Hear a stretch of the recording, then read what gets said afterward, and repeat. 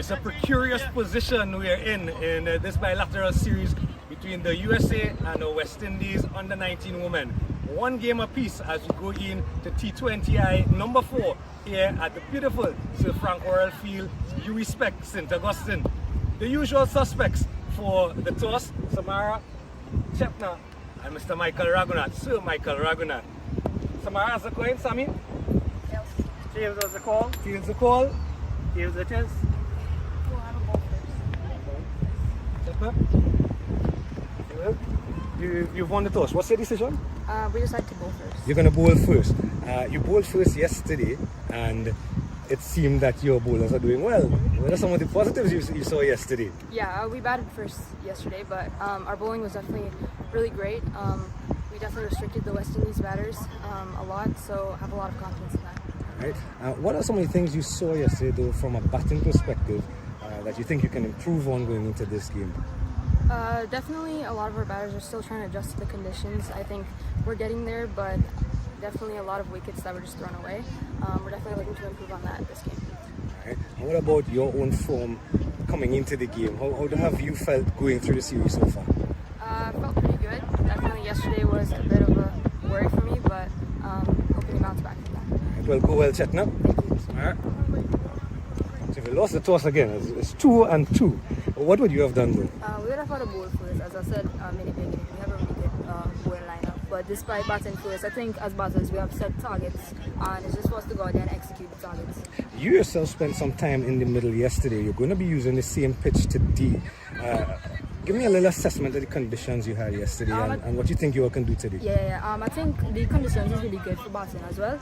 But I think we just have to go out there and build partnerships. And that's something that we have been lacking in the past 2 games. So we're just supposed to go out there and build partnerships and execute the plans we have set. Any changes to the team today? Yeah, 2 changes. Plummer and George out, and Headley and Sutherland in. All right, we'll go well, Samara. Thank you. The news from the toss. The United States have won the toss. They'll take a bowl first. Well, hello and welcome. Good morning, good afternoon, good evening, wherever you're tuned in around the world. This is match number 4 in the T20I series, the bilateral series that's become a yearly fixture now between the West Indies women under 19, led by Captain Samara Ramnath, versus the United States of America women's under 19, led by Chetna Reddy. Of course, as you just heard in the toss, the USA won the toss yet again. They won the toss yesterday, and they batted first though today. Chetna Reddy decided that they're going to have a bowl first. So out in the middle, Vicky Daniel and Maria Abbott will oversee the proceedings, with Candice Laborde, our 4th official, and Sir Michael Raghunath is our match referee. A signal from Miss Abbott to the batters, and we're just about ready to get going. Samara Ramnath and Amrita Ramtahal, as per usual, with bat in hand to open for the West Indies young ladies. And opening the bowling for the US will be Chopra. And as we've gotten a signal from umpire Abbott, just awaiting skipper Ramnath to take her guard, and once she's done that, we'll get that signal from Miss Abbott to get going. Of course, this bilateral series, part of the preparation for both these teams in the next 2 years for the ICC Women's Under 19. First ball, and nicely carved away by Samara Ramnath. No run, but definitely preparation for that Under 19 Women's World Cup. It will be the 3rd edition of that ICC Women's Under 19 World Cup, a tournament that's been won by India 2 tournaments running. And as I say that, I welcome in alongside me a stalwart of local cricket and QPCC here in Trinidad, Greg Davis. A little bit of a false start. Hi, morning, Jared. Great to be here. Nice day today. A little cloud cover, which makes it a little cooler than yesterday. Yes, and just 1 field out, the 3rd man position. Other than that, 4 fielders in the offside and 3 on the on. There's still no run, and just a correction is Madhavan is actually the opening bowler for the US. Of course, she had a good outing yesterday. I think, and that was what I was asking Chetna already about just before the toss, how proud she is about her bowlers. Her bowlers went very well yesterday. Yes, there was an excellent bowling effort by the USA yesterday. Every bowler came in and did the job. Looking for that gap in extra cover is Ramnath. Can't find it just yet. Ball seems to be coming onto the bat quite nicely so far. Of course, this is the same pitch, the eastern side of the square that we're using, the same pitch as we did yesterday. And it's going to be interesting to see in the conditions. Of course, the series is tied 1 apiece, so it's a pivotal game. It's now become a best of 3 series now, to see who can take the spoils. It'll be interesting to see, Greg, as we go along, how the pitch plays, given that it's a used pitch.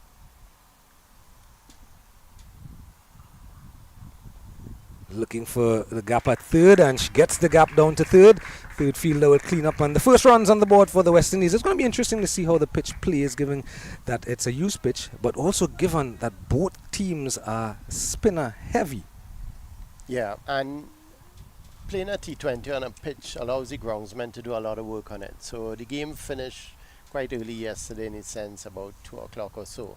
So therefore, the groundsmen had enough time to cover it, protect it, even give it a little water.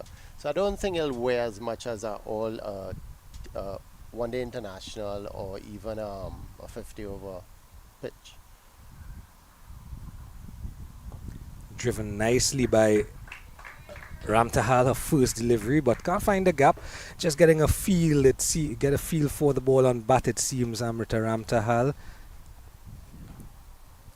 Jared, one thing I noticed, the USA team, they made 66 in the first game. They came out in the second game with 130 and then 104 yesterday.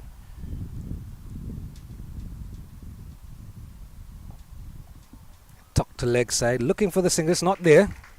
And yeah, so the consistency. End of the first over, just one on the board, one without loss, the West Indies women. Yeah, the consistency of the US batting. Now, there are many different reasons that may happen. The first game of, nerves. I'm not sure when they flew in. I'm not sure if they're accustomed to the conditions. The second game, a very good score, 130, and unfortunately the game was not completed. It rained out after that. And then 104, struggled to make 104. I mean, after 12 overs, he scores 52. And a very good effort at the end to get to 104, which was very important in winning that game for them. So I'm just wondering if the consistency, the pitch seemed pretty good on all occasions, or is it the West Indies bowling? So... Well, speaking about bowling, bowling from the gymnasium end this morning, Aditi Kumar, and she herself did quite well yesterday. And I like, as you mentioned, the different scores, and it's something that I think the public needs to remember. A lot of these girls are still in that developmental stage.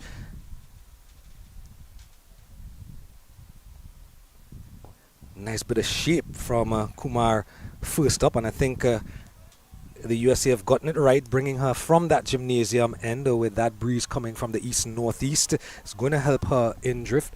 But of course, they're at that developmental stage, so we can't look at them in the same light. I always say it, that we'll look at a Hayley Matthews or Deandra Dutton or some of the stalwarts of West Indies cricket. Down the leg side, did it touch anything? No signal from umpire Daniel, so it seems just come off the pad. Ramtal is not impressed. I thought it was a wide as well, but not umpire Daniel. So it's all about that developmental process, and those are some of the things we want to see, and you just pointed it out.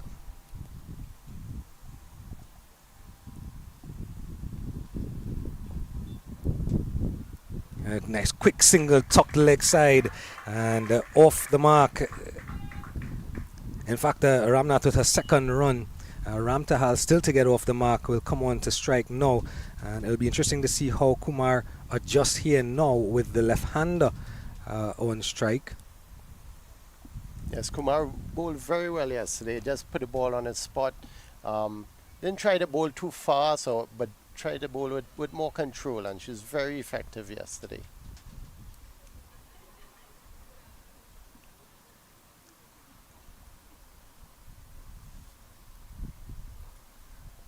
Getting a bit of outswing and outer half of the bat down to third. Good field placement by Chetna Reddy, having the third in place just for that opportunity and that shot. Of course, the first 6 overs, the power play, and only 2 fielders allowed outside that 20.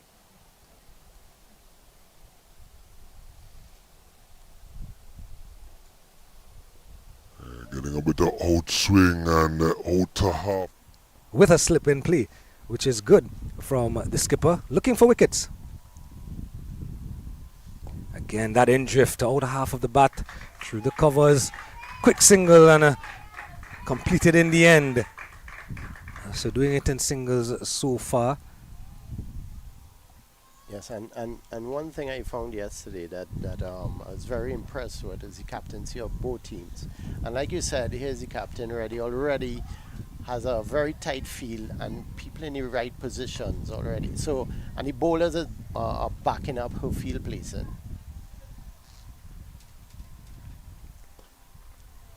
No timing on that one from Ram Tahal, but evidence as we end the over there, as you just said, the bowlers putting the ball on the right spot. Kumar ending her over, just 3 in it, so 4 without loss after the second over.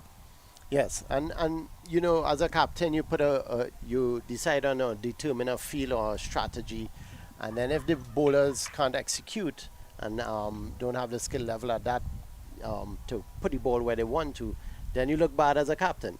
But yesterday, I think the captains, you know, got the backing of the bowlers. I think I was very impressed with both captains, how they read the game at particular times as well, when they open the field, when they squeeze the batters, not to get easy singles. Madhavan continues from the pavilion end.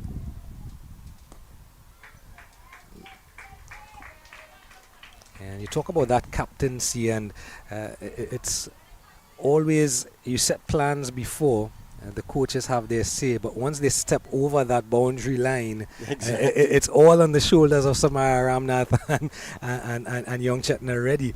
And that in itself as well, the leadership, the thought processes of captaincy, all developmental. Chasing a wide one, not giving us a wide. Samara Ramnath is not amused. Yes, she's shadow batting outside the white line there just now. But yes, exactly. So the captain goes in, and although the coach gives you a plan from the ball one, that plan could change after that. And the captain must interpret the game and the strategies and tactics needed at any particular time. In the air, and a simple catch at cover. The first wicket, Samara Ramnath looking. Tactics needed at any particular time. In the air, and a simple catch at cover. The first wicket, Samara Ramnath looking. A bit of outswing again, a little bit of outswing again today. But she was well advised to leave that alone. Just reaching the 2 end of the bat, and therefore with that extra stretch, simple catch to the cover region. And it's unfortunate because she had such a wonderful innings yesterday, and the importance of batting deep into the innings on yesterday's evidence is there. Of course, Samara Ramnath, one of the more established players in the team, if not the most established. You guys mentioned it yesterday. Samara has Tactics needed at any particular time. In the air, and a simple catch. was the great Haley Matthews. That's correct, yes. I was watching on TV when that happened. I think family. I think I was in We the were party overjoyed. stand in Taruba. And she was so young at that age, you know. Yeah, at she that was time. 16. Yeah. Just going on to 16. Yeah, Yeah. it was unbelievable, you know, and she shows that experience yesterday, like I said, in her batting as well as the captaincy, and her presence on the field, which is important as a captain. You saw it, you know, the commanding presence. So that was excellent. Unfortunately, she's gone today, and the rest of the batters have to pull their weight. Yeah, and a little bit unfortunate because the ball before, she thought she should have been given a wide. Yeah. You pointed it out that she was shadow batting that step across. Yeah. And this one, she chased a wide as well, but she did not make the step that she was shadow batting. But she's young. Samara Ramnath is only 17 years old. Yes, She's going to learn. Definitely. Nijani Komabach, the new batter, the Bajan born. She as well looking to chase a wide one. But you can see the plan from Madhavan.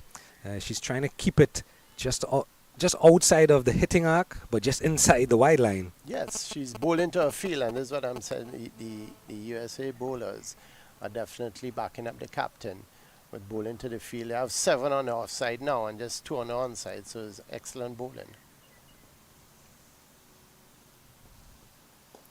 In the air, two end of the bat is going to run close to the boundary. The outfield is still a bit heavy from some overnight rain, so she won't get full value, but she'll pick up 2 to get off the mark, Nijani Komabach. Yes, reaching again to get that one. Got a little more power on it, so it went over the infield into the boundary, well, close to the boundary. There's a foot or 2 off of the boundary. So the USA is not going to cover that boundary as yet. They're going to keep the field in. Captain is looking for that wicket. But the West Indians are trying that too early in innings to reach balls that are very far outside the off stump.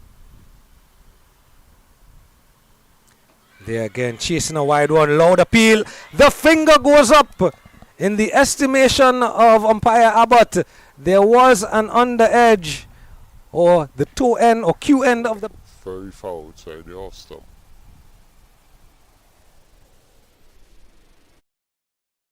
Really disappointed on replay. I'm not sure, Mr. Davis. My eyes aren't good. Well, I can't see from here, neither can I hear it from here. But I'll tell you something, that was 6 inches outside the wide line. So, you know, reaching for that ball, and especially after a couple balls she's faced, I don't think that was the right idea or right strategy to go after that ball. It was quite wide. It wasn't even close to being a wide. If she left it alone, it was, you know, quite a few inches outside the wide line and very close to it.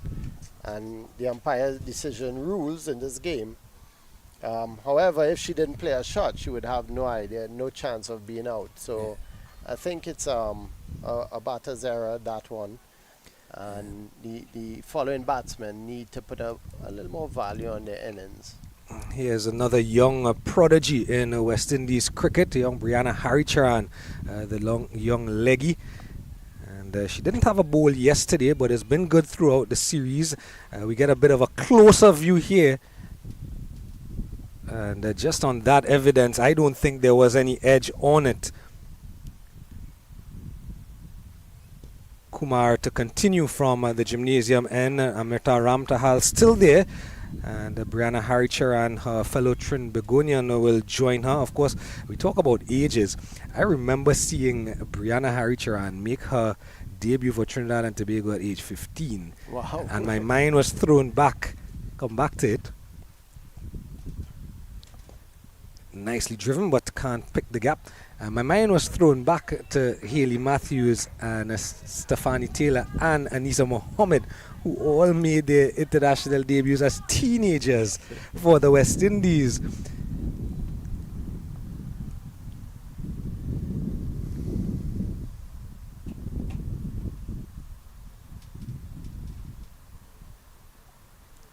There's that swing and looking for the single. They decide against it. But again, just going back to those 2 early wickets, of course, the US would consider themselves on top. Just 6 runs on the board halfway through the power play.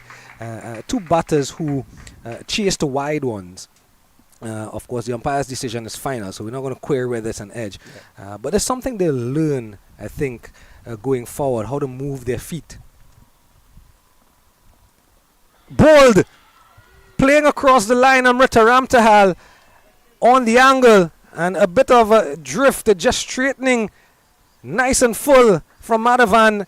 And wicket number 3 in the bag for the US under-19 women. Well bowled, and once again putting it and attacking the stumps there. And She just tried to turn that one, Ramtahal, instead of playing a little straighter. Now they use, as you see, the bowling strategy seems to be bowl some outside the off stump, keep her guessing there, keep her outside that out stump, and straighten one. And with that, she may have thought that the ball was going a little down leg and just tried to play across it into the onside. And unfortunately, she didn't get the bat onto the ball in time. And I mentioned earlier as well that breeze that comes right to left on your screen, just assisting that drift that Kumar is getting, and is also helping the outswing of Madhavan from the other end. And again, these are things that these girls are going to learn as they get older. Amrita Ramtahal is still very young as well, and they'll learn as they grow older how to assess conditions a lot quicker. And as you mentioned, probably playing with a straighter bat may have been the better option because of that drift that she's extracting young Aditi Kumar. The young Barbadian, Ebony Braithwaite, who played an integral part in their success at CWI Under-19 a couple of weeks ago, enters the fray. And there's that straight bat back to the bowler. Yes, very well played. And at this stage, you don't need to go for it, because yesterday, although you must have and keep in your mind that you have to attack in T20 and keep that attitude, that does not mean you have to give your wickets away. And like you said, they're all learning and they must understand the strategy at whatever point they go into bat.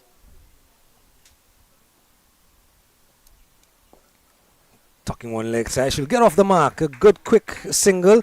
Fielders on the inner circle, just a bit on their heels. And Braithwaite is away.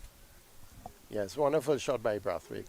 It was tucked up on her pads, and that was an excellent shot. And as the over ends, it's 7 for 3 in the fourth over. So USA, maybe that's the decision, because yesterday they batted first, and today with West Indies batting second yesterday and struggling, and that was the last time they played a game. Maybe that's why they sent in West Indies early today, so they would have the heads up on the who's confident or not going into today's game. And of course, I think on the evidence of it, they have been good, the USA bowlers. They've been on point. Kumar, 2 overs, 1 for 4 from that gymnasium end, getting a lot of swing. And they will extract a lot of movement with the ball, because they, at this age, they're not going to be bowling as fast as an Izzy Wong or an Alzari Joseph.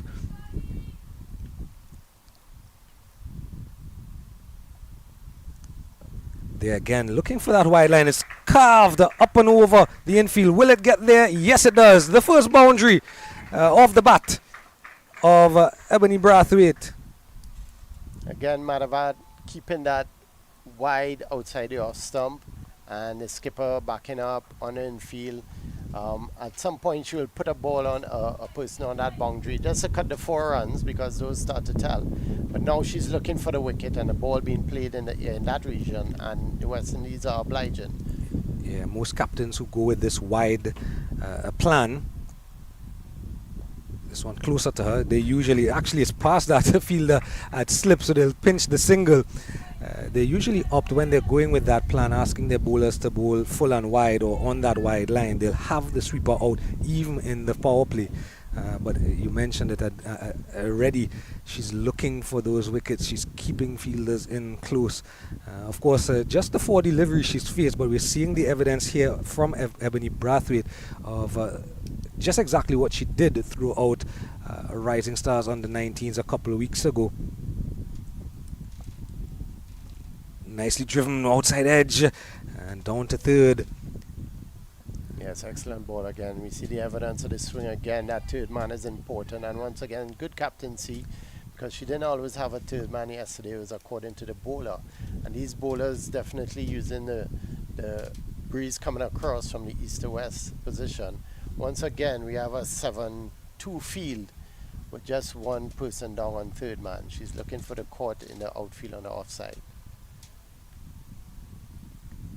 Closer this time, a lot fuller as well. And there's that solid technique of Ebony Braithwaite and a nice flow of the bat. Of course, she's probably one of the more senior players in the team, if you will. I'm not sure how I can say senior players when everybody is under the age of 18. Exactly. There's so much to learn. This sport is pretty difficult to learn. It is. It is.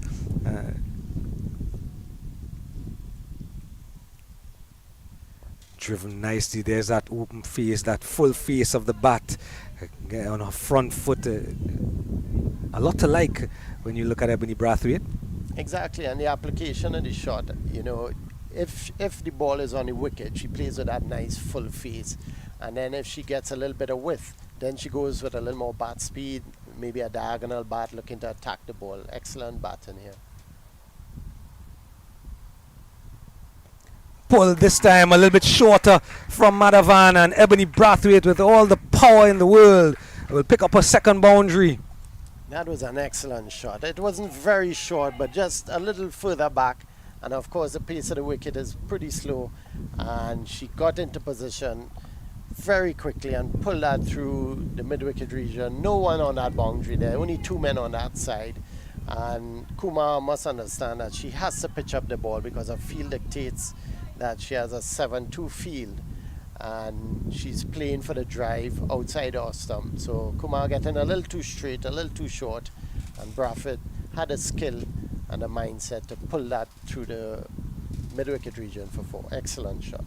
Yeah, so end of the 5th over, 17 for 3 now. The West Indies now beginning to find a bit of momentum in the innings of the batter of Ebony Braithwaite. Aditi Kumar from the gymnasium end. Nicely defended by Harry Charan. Of course, this is probably the most difficult over in a T20 to bowl, the final over of the power play. But of course, they've taken 3 wickets early. And you mentioned those loss of wickets yesterday for the West Indies. Of course, it was the back of their skipper, but they still managed to bat very deep into their innings. And they'll be hoping, as they look to pinch a quick single, it's not there, straight to the fielder. And all is well, because the fielder hit the stumps directly. Yeah. I don't think the call-in was loud enough by Harry Chan at that point. Braithwaite was coming down and looking for the run, and eventually no harm done. So they got to make sure they call clearly at this point. It would have been a suicidal run. 22 yards would have looked like 22 miles had they decided on that single. Looking to cut one wide of her, and not making any contact. But again, it's a bit of risk and reward. Even that boundary from Braithwaite in the previous over, to end the previous over, not much shorter, but electing to go leg side with it. I guess the risk and reward is if she had missed, she may have been plumb LBW. Exactly. She made good contact. This one should be called, and it is called a wide. And good by Harry Charan not to chase after it as some of her colleagues did earlier. You yourself, Mr. Davis, Greg, your daughter plays cricket, and you were talking about leadership, and I know that Jessica has represented North Zone and done a bit of captaincy, even at her young age as well. Your son Josh, skipper of our alma mater. Yes. So I know you would have seen firsthand.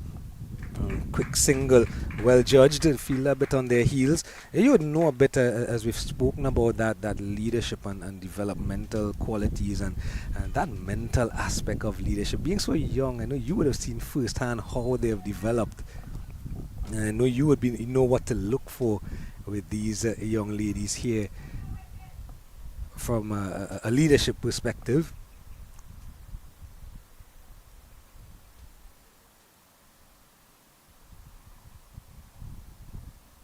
Down the leg side, they'll get the wide. Score goes up by 1.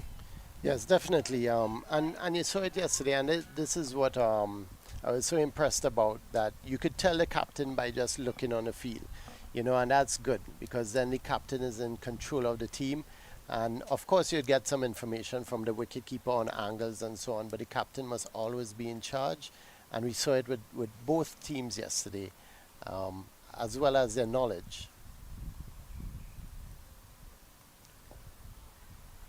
Onside, he'll take the quick single. Well judged. And you can see there Ebony Braithwaite getting into good positions. Yes, excellent shot by Braithwaite. That ball was straight on the wicket and played a straight bat into the mid-wicket region where there's a fielder. But it is important that she plays with a straight bat and don't try to overhit the ball. So she's really started very well here. And like you said, I think you said earlier, risk and reward. You know, and yesterday we saw too many risks at a time where the reward was necessary.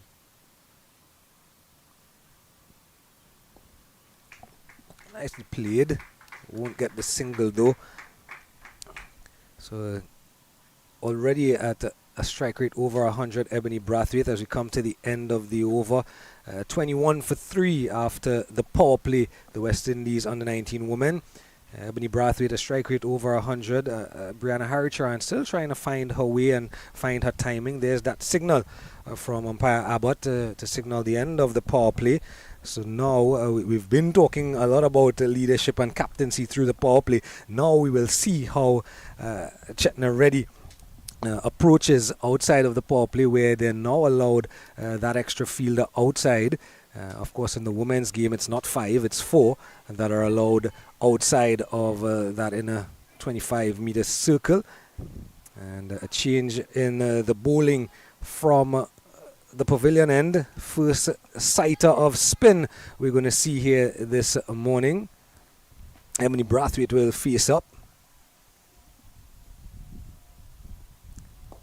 Driven in the air, but well clear of the bowler. Straight as you can get, and a good effort on the boundary. Just can't cut it off, and Braithwaite will pick up her third boundary. But going aerial, but well placed, as straight as you can get from Ebony Braithwaite. Yes, excellent shot, and that's how you have to play. Imadi bowled very well yesterday, and when she pitches that ball up, Madhavan with an excellent dive and save at the end there, but the ball trickled on and touching the rope at the end. Excellent shot. It was a well pitched up ball, and again looking for that dip.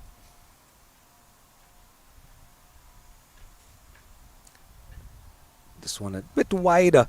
And just going on with the arm. She might be, and when she got up from the attempt at saving it, you could see she was disappointed, and she did all the hard work because she's standing a bit wide at long on. This one in the air again, but clearing the inner ring. No one down there at extra cover. Ebony Braithwaite is on the charge this morning and in charge here of the West Indies batting effort. Yes, and Braithwaite is definitely attacking, going out over the field. She has an infield in. Imani bowls a little slower through the air than the other spinner Chopra yesterday. And the skipper decides she's looking for wickets at this point and doesn't cover the boundaries as yet. Yeah, just 2 boundary riders with deep wind wicket and long on. Full this time. Harricharan wants a single, it's not there. Again, just she is allowed more fielders outside of the inner ring, but selecting only to have the long on in Madhavan and a deep middle wicket.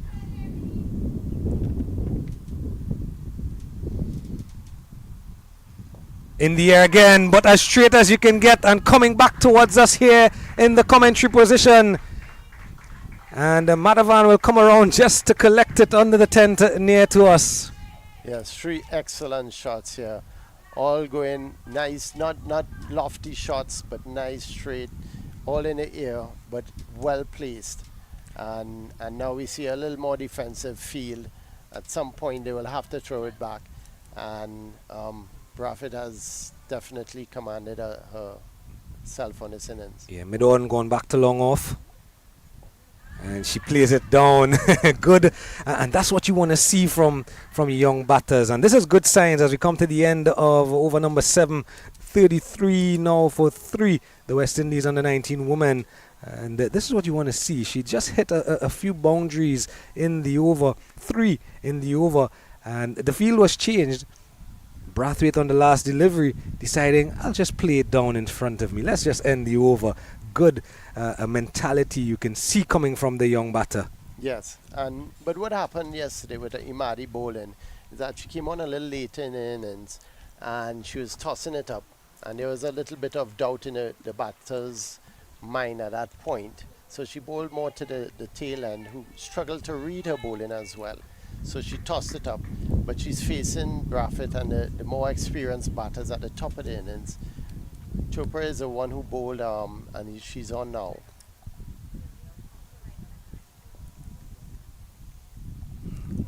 So these two bowlers now into the attack did quite well yesterday. The spin, and we mentioned during the power play, it is the same pitch as yesterday. We're going to see if there's any purchase for the young spinners. Looking to cut one just wide of her. Can't make any contact. Brianna Harry-Chan just seems to be struggling just a bit. Of course, she hasn't had much of the strike since Ebony Braithwaite has come to the middle. Can hear just in the mics and the effects mics a bit of the breeze that's around, so looking for a bit of that drift back in to Harry Charan is Chopra.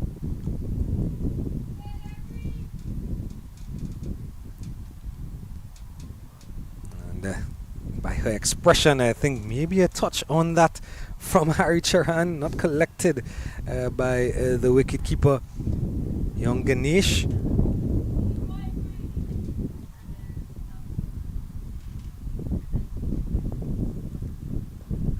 Tucked leg side, they'll get the single, will they? Yes, they do, quickly, and in the end, and touching down the bat rather than sliding it, Ebony Braithwaite. She's got to be aware of that. But we talk about the mentality that we've seen from her, and it's definitely good signs for the West Indies that someone is putting up their hand other than Captain Samara Ramnath with the bat, especially in this period prepping for an Under-19 World Cup. Definitely. In a couple of years. And they have a good opportunity to show themselves here. Just outside the off stump, and on the evidence of that ball, we don't see any purchase of the pitch just yet. End of 8, 34 now for 3, the West Indies Under-19 women. And Chopra continues where she left off yesterday, bowling very tight. Her overs, I think she only went for about 8 runs or so in her 4 overs. And although she was bowling tight, only got 1 wicket, she kept it so tight that on the other end, with Imani coming up and bowling those lofted left leg breaks, she got the wickets at that end, and they decided to go after Imani on that end. But Chopra, I think, did her job to ensure that the bowler at this end will get the wickets. With Chopra as well, there was only one person out on the deep mid-wicket boundary and covering. And now we see the second leggy here.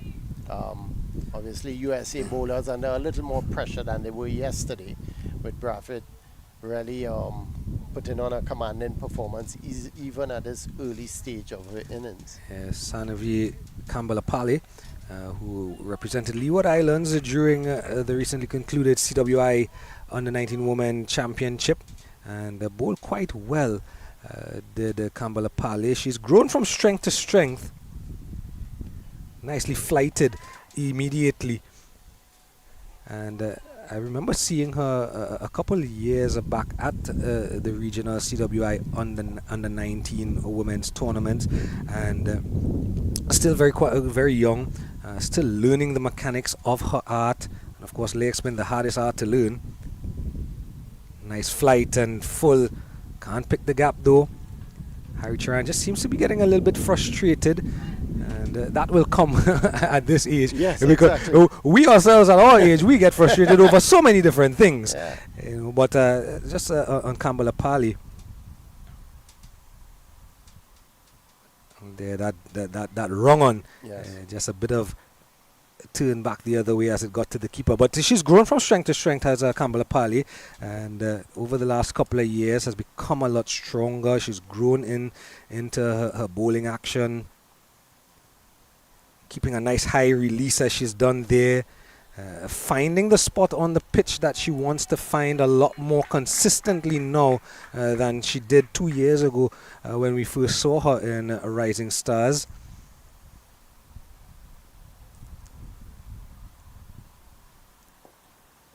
And electing to be a quick single here, fraught with danger, and In the end, Braithwaite is safe.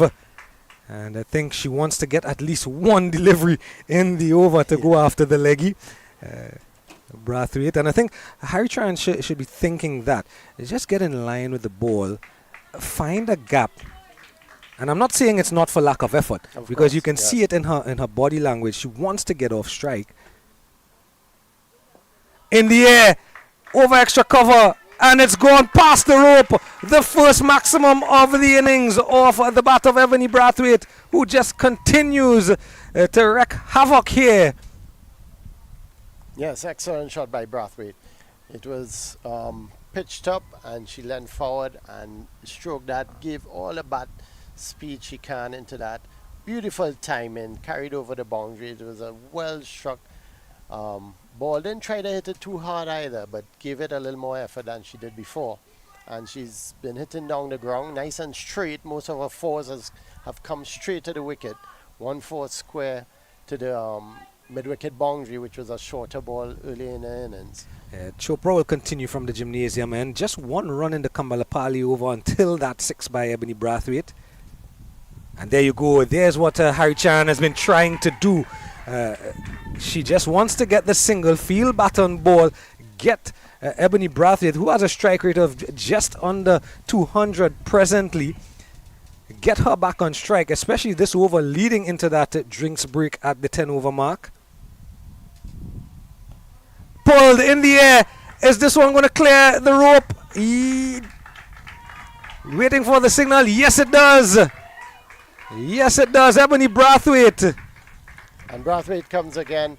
Chopra just pulling that little short, not very short, but Braithwaite we saw with a very quick speed, quick footwork, got onto the back foot and basically pulled it, but pulled it over a straight, not a straight, a little wide mid-on. Excellent shot and very quickly onto her back foot to power that ball.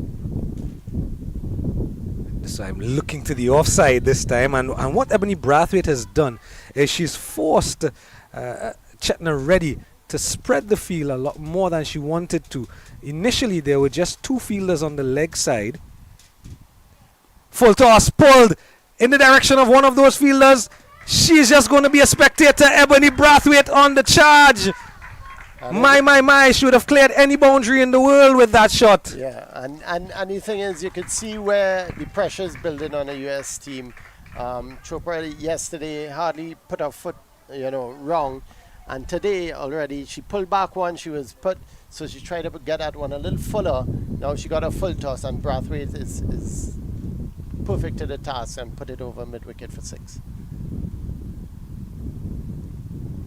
Keeping a bit low, that one. I think that's the first one we've seen that's misbehaved a bit for the morning. But Braithwaite missing out. She has 2 deliveries to face here before the drinks interval. Carving this one offside, but can't beat the extra cover fielder. Feels that she's missed out there, Ebony Braithwaite. And in fact, it is the end of the over.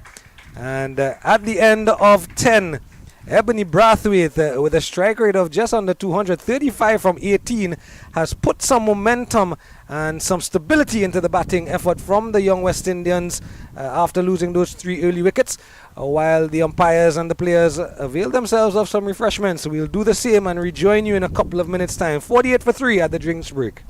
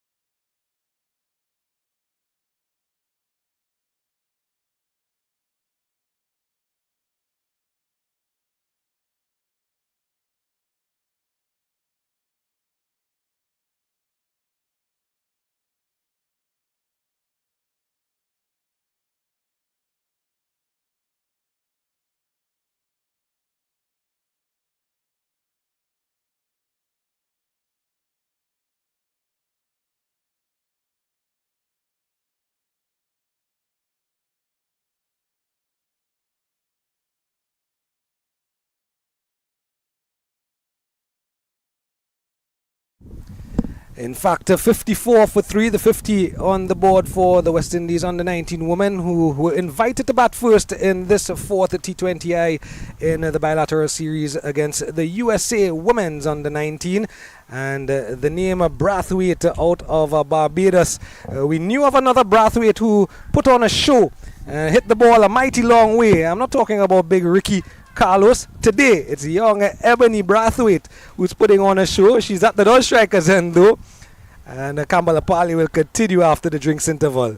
Driven nicely by Harry Charan. Not there, the single, but she's looking to get young Braithwaite back on strike because she's putting on a show almost in the vein of big Ricky Carlos Braithwaite. This is Ebony Braithwaite on 41 from 21 deliveries. And the West Indies women losing 3 early wickets, but stability now in the innings as mentioned. Uppishly, but straight to the field, a good quick single. Braithwaite is already there, and that's what you want to see. You want to see, even with the boundaries, they keep the scoreboard ticking over. And this is good to see, even in the game. And as I say, welcome back to Gregory Davis alongside me. This is what you want to see, even in the game, where players can make adjustments, read the game, and do things to affect the game and progress the game. Definitely. And we see here the important thing here is a partnership. They're working well together. Although Harry Charan is only on 5 runs. Uppishly, and one bounce to the fielder. There's now a fielder at deep extra cover.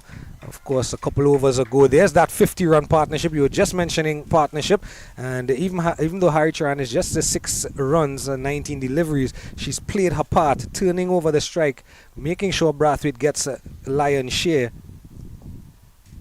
Again, there you see Harry Charan as she played the ball with the momentum on the front foot, looking for the single. So you can see that mentality there, that they're working, as you say, good together. This time off the back foot, and she'll get the single, and easily executed in the end. So one delivery for Braithwaite to face in this first over after the drinks interval. Usually there is something that happens after a drinks interval. Yes. I'm not going to say one way or the other. The field now spread. You already put the quotes on it. Deep mid wicket, long on, long off, deep extra cover, the 4 outside of the circle. In the air, it's in the gap though. Long off will come around and cut it off. So just the single, and I think that's a win in the end though for the West Indies women, because that means now that at the end of this over, 11 now, 58 for 3, that Ebony Braithwaite will be on strike for the 12th over, which is what you probably want if you're a West Indian fan. You'll be shaking a little bit if you're from the USA, and if you're a fan of the US women's team. Yes, definitely. She has really played those attacking shots well. I like to see how she approaches her innings now, because before already had more an attacking field, looking to get a couple of wickets early, and now she's spread the field for Braithwaite. And so I'm hoping that Braithwaite understands the importance of her even batting longer and not going down long on, long off stroke, and giving away her knock too early. Again, like we say, this is the learning period for these young women.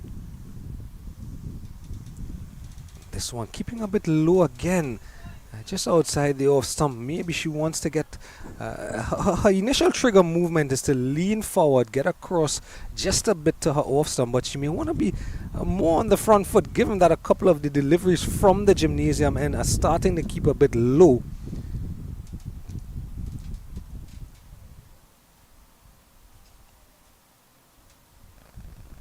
This one outside edge, and it'll just be down to the short third. Almost got the gap there past the short third fielder. There's no one on the third boundary. All the fielders are in front of the bat, in front of square, in front of point. Protecting the straight boundaries is Chetna Reddy. This one wide again.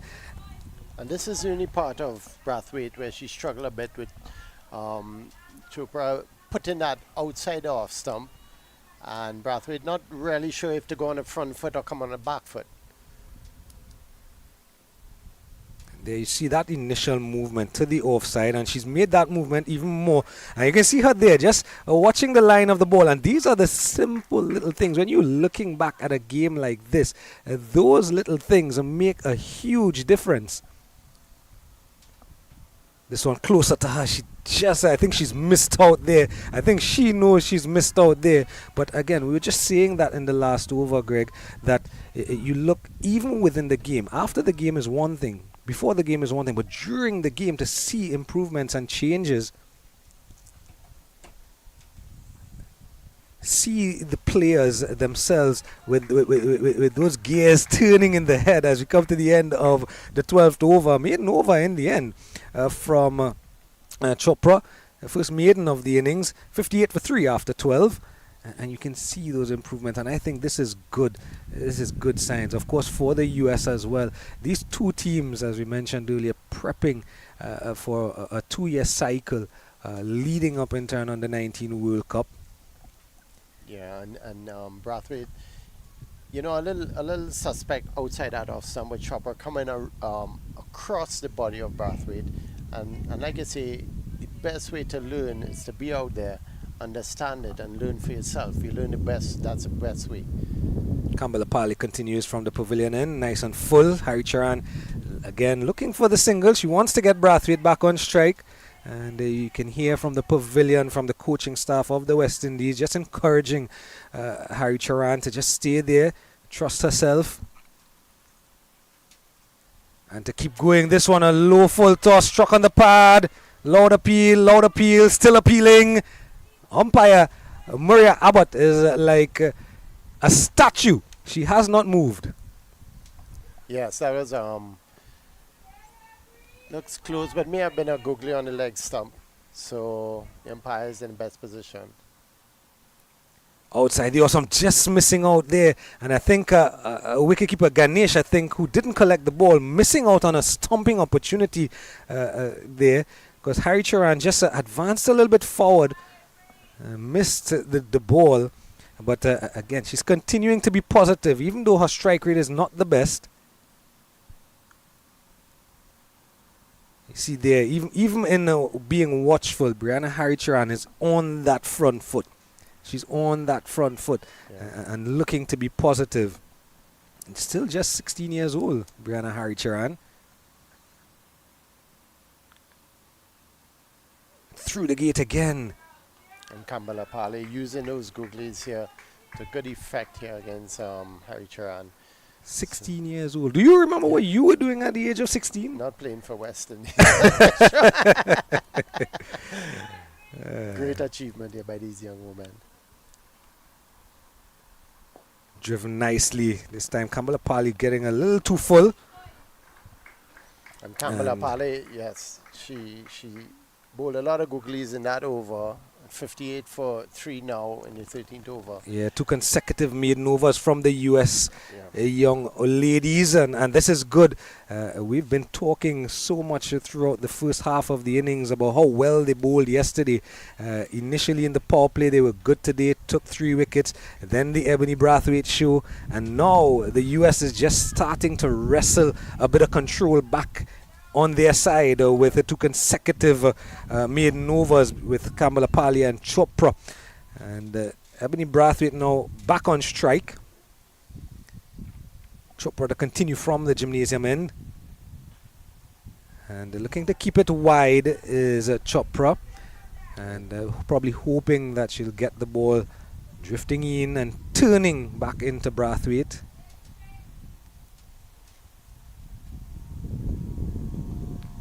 Makes contact, backward of point. In fact, just out to the point boundary. Sweeper will come around and they'll complete 2. Yes, Chopra, a nice shot by Braithwaite. First one she's gotten through the side field of Chopra.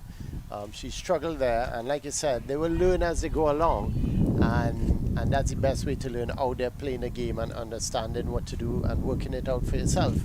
Chopra's 4 fielders on the boundary at this point. And again, all those fielders in front of the eye line of Ebony Braithwaite. Nice flight, it's leg side. This one is going, it's gone. Ebony Braithwaite continues to put on a show. And raise your bat, Ebony Braithwaite. The first 50 in the T20I bilateral series on either side. It's the Ebony Braithwaite show this morning at UE Spec St. Augustine. Yes, excellent shot by Braithwaite. Chopper getting a little straighter there before she kept it very wide, and Braithwaite doing the rest. Excellent shot.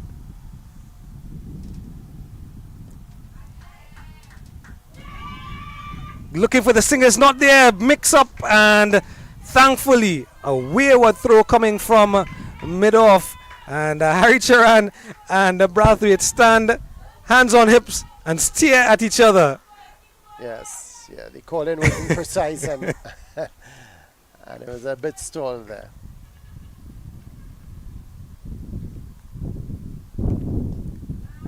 Nice straight bat, and this time they'll be able to execute the single. The fielder at mid-off now back on that long off boundary, and just the one delivery, I beg your pardon, in the over. Already 9 runs in the over, so a good over for the West Indies after those 2 consecutive maiden overs. Ebony Braithwaite with a big milestone here, an under 19 half century. Brianna Haricharan continues to be astute, continues to be watchful, and continues to be a good partner for Ebony Braithwaite. 67 now for 3. And now that the game has begun, Greg, the ebb and flow a bit. As we said, the power play, I think, belonged to the US. Before the drinks break and just after the drinks break belonged to the West Indies. And then it belonged to the US. Now it's starting to go back to the West Indies. Yes. What might be a good score here? Very hard to determine that as we go along. If Braithwaite stays in, then we're looking at 150. But we never know at this point. Kambalapali, nice and flighted. Very well bowled. She's a little different to Imadi, who bowled a little earlier. Imadi a little slower through the air, and Braithwaite was easier to get to the pitch of the ball and attack her. Kambalapali putting it a little flatter and bowling googlies mainly. There's one of those, as you mentioned, another wrong on here from Kambalapali, and that's definitely one of the things I saw improve with her over time. As I mentioned earlier, she's grown a little bit stronger. She understood her mechanics, worked with her coaches, and has good arm speed. This one is in the gap, but mid-wicket will cut it off, and they'll just settle for the 1. And it's good to see leg break bowlers bowling at this young age. And as you see, we've had a drought of them.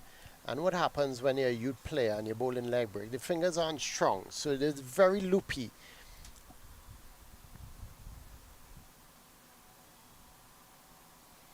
Watchful, wide given, 1 more to the total. Yeah, so what happens then is that at youth cricket level, when they're playing younger and they play against maybe slightly older children, they get hit and struck all over. And because you're a leg break bowler, you're a natural bowler, you could bowl off break as well. And many times the coaches change these players into off break bowlers. In a portion of the bat, they won't get the single.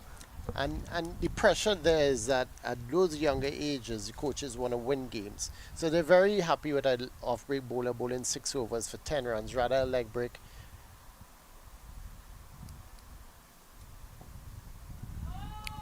No single there. Short mid-wicket in play. Rather than a leg break bowler at that age may pick up 4 wickets, but she may go for 25 runs. So there's a big difference, and the coaches often think about the runs. This one should be a wide, almost perilously close to being a no ball. And there's what we're talking about. Leg break is so hard and hard to perfect, because sometimes the ball just gets stuck in the hand a little bit longer. Gets it right on line this time, but it just seems a bit of a misfeel at the mid-on will allow them to come through for the single eventually. Madhavan there at mid-on, just a bit of a fumble. End of the over. 15 now, 71 for 3. The West Indies under 19 women, and as we enter the death overs of the innings, as we say, and You're talking about leg spin, and you mentioned we have a drought of them, and it's so difficult. As we saw that wide, sometimes the ball just gets stuck into the hand. And I love how you mentioned that sometimes they're so conservative, coaching staffs or teams. But I believe leg spin is an attacking form of bowling. Yes. So I made the comparison for someone a couple of days ago during the last T20I the West Indies played. I said, if Alzari Joseph goes for 50 runs in his 4 overs but takes 5 wickets, I'm going to take the 5 wickets because Alzari Joseph is our attacking bowler at the senior level. Imadi returns from the gymnasium end, and Brianna Harichan will get off strike. Quick single. Appeal. The finger goes up from umpire Maria Abbott, and something I saw earlier from Braithwaite, and she is going to have to work on it. The touching down of the bat rather than dragging it, probably her undoing. There you see the bat in hand and trying to touch it down rather than drag it in. Of course, again, as they get older, they'll learn how to judge the singles, and they'll learn how to slide in. But my gosh, what entertainment we've had from Ebony Braithwaite this morning with that half century, multiple boundaries in that innings. And she's given stability and a platform here now for the West Indies women. 71 for 4 entering the death overs. Excellent performance by Braithwaite, yes. 5 fours and 4 sixes. She attacked the bowler and she hit it clean. Unfortunately there, I think Jared, you spotted that touching down of the bat early in her innings. And unfortunately that was her downfall there. We saw some questionable calls throughout these two batting, although they batted well together, and they had a beautiful partnership here which carried West Indies under 19 from 3 wickets for 6 runs to 71 runs for the 4th wicket. So 5 runs partnership. Excellent performance. And we were talking about the leg break bowlers, and once a youngster is bowling leg break, they should be encouraged. Abigail Bryce, the young Jamaican in the middle now, and nice straight bat as she faces up to Imadi. She herself had a fairly good, fairly consistent getting off the mark here. Good judge of a single here. Good response from Harry Charan as well. And there will be the second run on the misfield. Excellent, well run. A slight misfield there. Yeah, US fielder diving, but not ball getting under her, passing out. And that was excellent run in there. Back foot, a nice deft touch by Bryce, and again good judge of single, and we saw a run out, the cause of the last wicket, but they're not backing down. The young West Indians are looking still to turn over the strike and take those quick singles. Yes, definitely aggressive in all formats of the game, which you have to be at this T20. Every single ball you must look for a single, even if you want to turn it down. Oh, that is going to be caught on ball.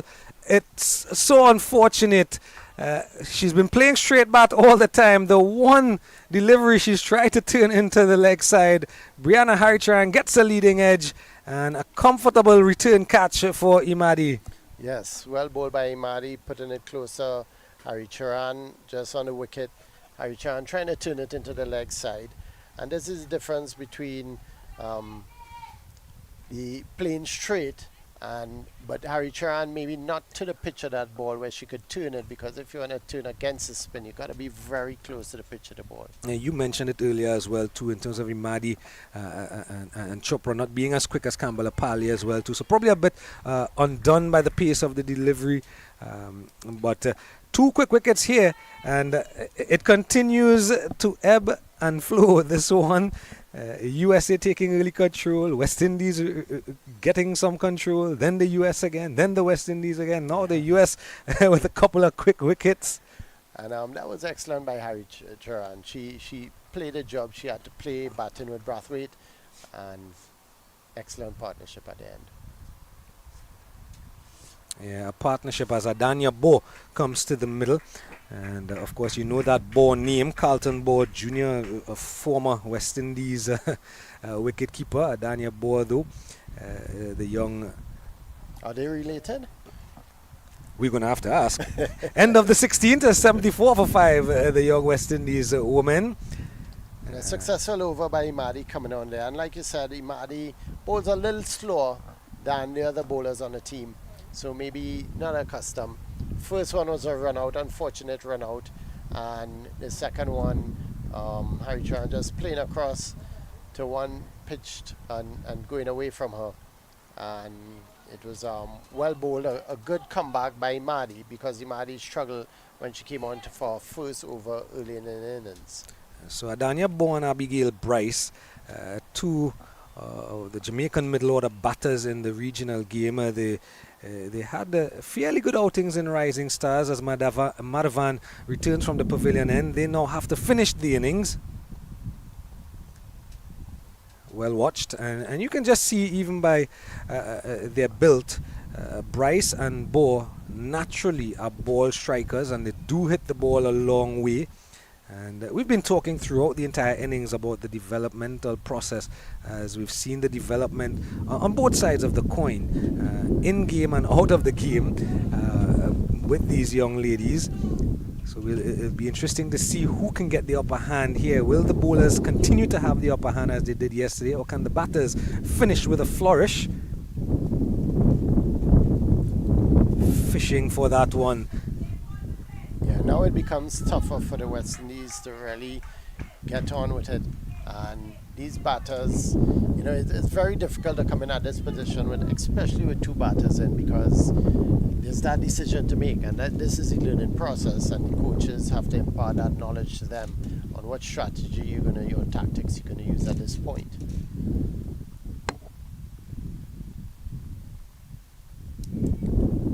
Driven nicely straight to the field, a quick single. That is exactly what we're talking about, getting the scoreboard moving. Even with that shot, you can see the power that Bryce possesses.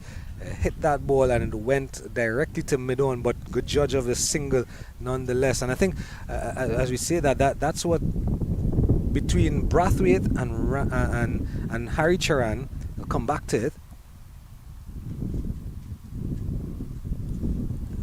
outside the off stump, just fishing a bit.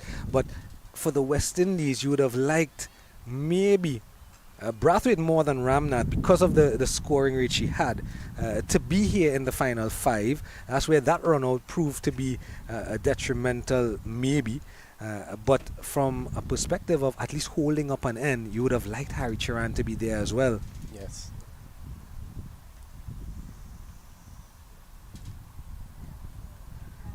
Looking to defend that one. Yeah. Exactly. So a partnership does not mean both batters going at it very hard. And I saw Harry Tran coming into the pavilion, obviously disappointed, but she could be very proud of the fact she put on 65-run partnership with Braithwaite, because it may not have happened that way. So that was an excellent performance by both young women. This time she gets back on it. It's gone past the hand of the bowler. It's trickling down. Has it got the legs? Yes, it does. Valiant effort from Campbell Apali and Valabiheni, but they can't stop the ball. And another boundary here for the West Indies under 19 women. Good ball by Madhavan, but well played by, was that Bohr? Yeah, so it was excellent shot, straight right back off, was trickling to the boundary, but had enough legs on it to get there before the USA woman could pull it back. And excellent performance. Now 79 for 5 in just 3 more overs. Yeah, the West Indies young woman, on the evidence of that shot from Adanya Bo, will be hoping these final 18 deliveries they can get more than 35 runs. In the air, looking for that sweep shot. It's high in the air, it's high in the air, and dropped on the boundary. And they will complete the run in the end. It looked to be Doshi out there on the mid-wicket boundary. Yeah, opting to go reverse cup, the Australian style, and just getting losing sight of the ball, pulled powerfully but can't get the gap. So a chance going a begging. I think that's the first chance after the catching we saw yesterday from the US. I think that's the best catch I've seen for the year yesterday. Looking for that sweep shot is Bryce, and you can see, and I like this. I like the confidence to actually play the shot. Yes, because not many West Indian batters play the shot, women or men. In the air, is it going to clear the field? No, it won't. A simple catch at mid-off in the end.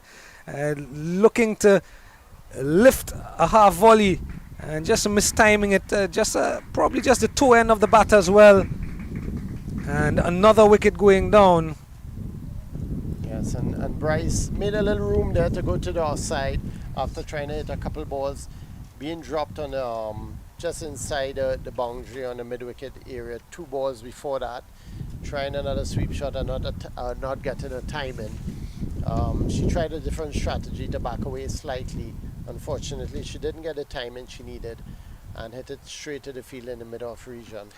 Nice attempt by her, but it is what is needed at that point.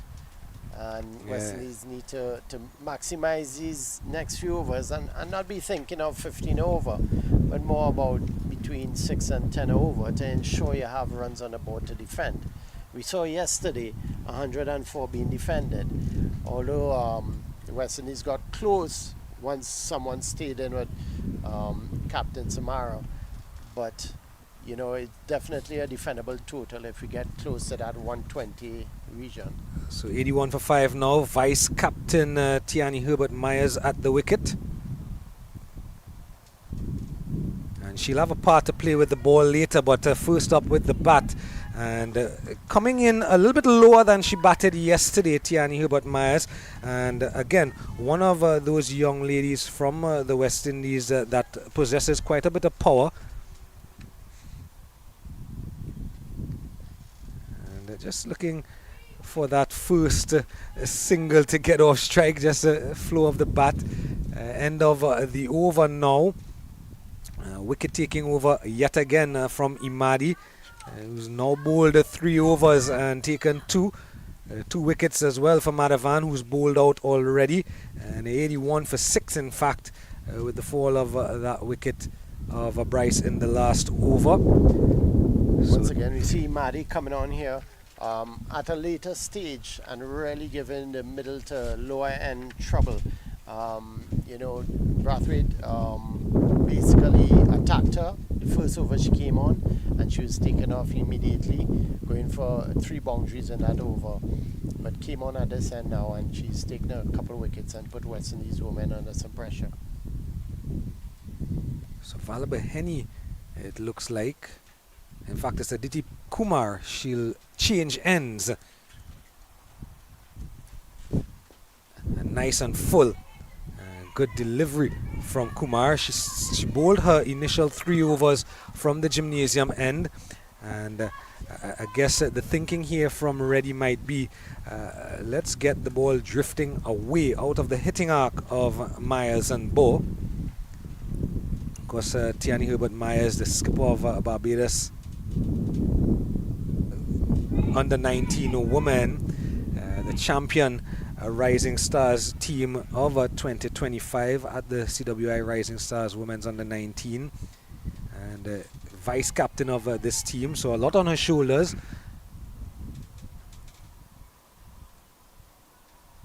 8 for 1 in her 3 overs so far, Kumar, and keeping it nice and full. And you can see just by that follow through from Herbert Myers, her batting definitely has come on leaps and bounds, and she's a free-flowing. In fact, Bo, I beg your pardon, you can see that she has a free-flowing arm. When she hits the ball, she really hits the ball. Yes. Yeah. I think I'd like to see her just learn as she goes along, just reading the line of the ball and moving her feet a little bit more to get in line with the ball. Loud appeal, nothing from the umpire, quick single. And I think that one just pitching outside leg in my estimation.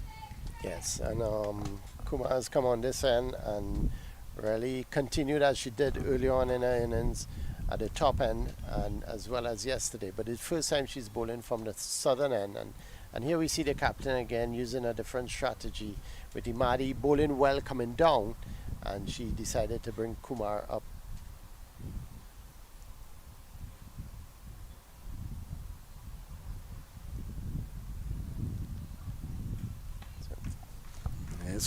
So clean her up in the end, straight through her. So you just mentioned Kumar and her good bowling, and straight through the defenses, looking to go leg side, and that ball just keeping a bit low as well, but not judging the line of the ball. And I guess you can't fault Myers for wanting to go big. Just 12 deliveries, it's 6 and 7 deliveries in fact remaining in the innings. Yeah, so 82 for 7 now. Yeah, exactly, and you know, Myers ensuring that if she misses, it's either she's putting it on the leg side. She seems as though she put a little cut on that ball. Let's pull down the side of the ball a little bit. And this is where we have to understand, and these young women have to understand, what is the final score you want. You know, if you're looking for 15 and over, then you're looking for 3 boundaries in that over. But if you're looking for 6 to 8 over, you're looking for 1 boundary and some singles. And rather than a big shots, turn it around, let's get some singles and try to get 1 boundary. You know, rather than every ball you're looking to go for it, which will lead to wickets. So only a few more overs, a couple more overs after that, 1 more over after this actually. Aliyah Weeks, the new batter. And the 7 deliveries in the innings. Kumar to finish off a spell here. Keeping this one wide and out of the hitting arc, but too wide for the liking of umpire Abbott. We've spoken so much about the leadership and captaincy, and you mentioned it just before the wicket. And as you mentioned, her choice to bring Kumar from this end and keep Imadi from the other end. I had a look up just as the wicket happened. I'll come back to it in the next over. Bit of in swing here for Kumar from this end. End of the over, 83 for 7 at the end of 19 now. 53 from 37, the standout from Ebony Braithwaite. 2 for 18 from Madhavan, the standout, or 2 for 8 from Madhavan and Kumar respectively, the pick of the bowlers. And I just mentioned, you mentioned in the previous over about the captain and her looking to do different things and her choice of bowlers, and I looked up and I realized she read the game so well, did Chetna Reddy, that as the wicket started to fall, she brought her boundary riders in. Yes, immediately to put pressure on the West Indian players. Yes, Imadi with this one lofted, is going to run close to the boundary, it won't get there. Quick second, will she get back? Yes, they do. And Imadi will finish off her spell from that gymnasium end. First delivery, looking to go big over that mid-wicket region, young Adanya Bo. And she herself doing quite well, 6 from 9. Full toss and she's missed out, loud appeal. A bit of a clash in the middle of the batters, but they complete the single. I think the United States women just fell asleep just momentarily, hoping that it was a wicket. But they've been on song, have the US young ladies today. Yeah. And Imadi is, you know, she continues to give it some flight, looking for those wickets to end the innings.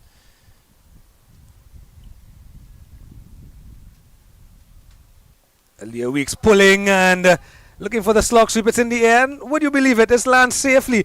And a bit of ball watching by Aliyah Weeks. And would you believe it? Probably the luck of the Irish. She's managed to get a single. It's all happening here. Yeah, they refuse. There's a few errors in that whole scenario there. It's all happening. Has it bowled her? Yes, it is. Yeah. She's been bowled. I thought it missed the off stump, and the wicketkeeper's hand touched the stump. But in fact, a wrong on. In fact, no, the wicketkeeper doing well. That's Ganesh there. She stumped her, collecting the ball and pushing it back onto the stumps immediately. Young Ganesh. That is a great wicket keeping.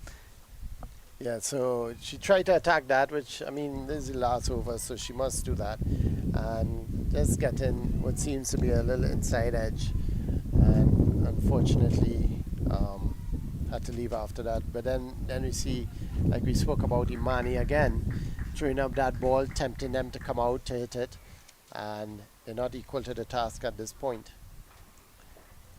So young Kristen Sutherland has made her way not just into the team, but she's made her way to the middle now, and she'll get the opportunity to show with the remaining 2 balls what she has with the bat. Of course, her job is more with the ball later on. Really slow.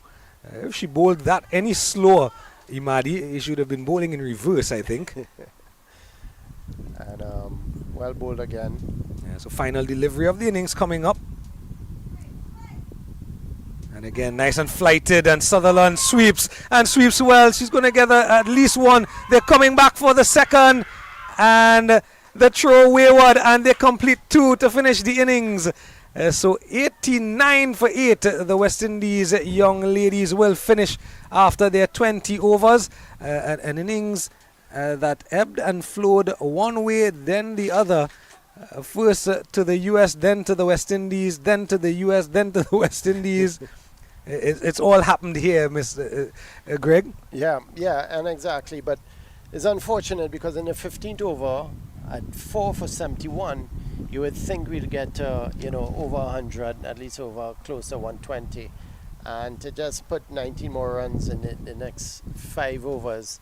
It was good work by the US bowlers. Imadi came back excellent at the end, and good work by the captain to keep her troops at especially after that onslaught by Braithwaite, and Imadi and Kumar came at the end and just tightened the screws, didn't allow West Indies to get anything, bowled at the wicket, and although they were defending, they were still looking for those wickets, and they did well at the end. Yeah, so to and fro. What does the second innings have for us? We'll find out in about 15 minutes time. The target for the USA under-19 women will be 90 when we return over to the young West Indian bowlers in about 15 minutes time. Rejoin us then.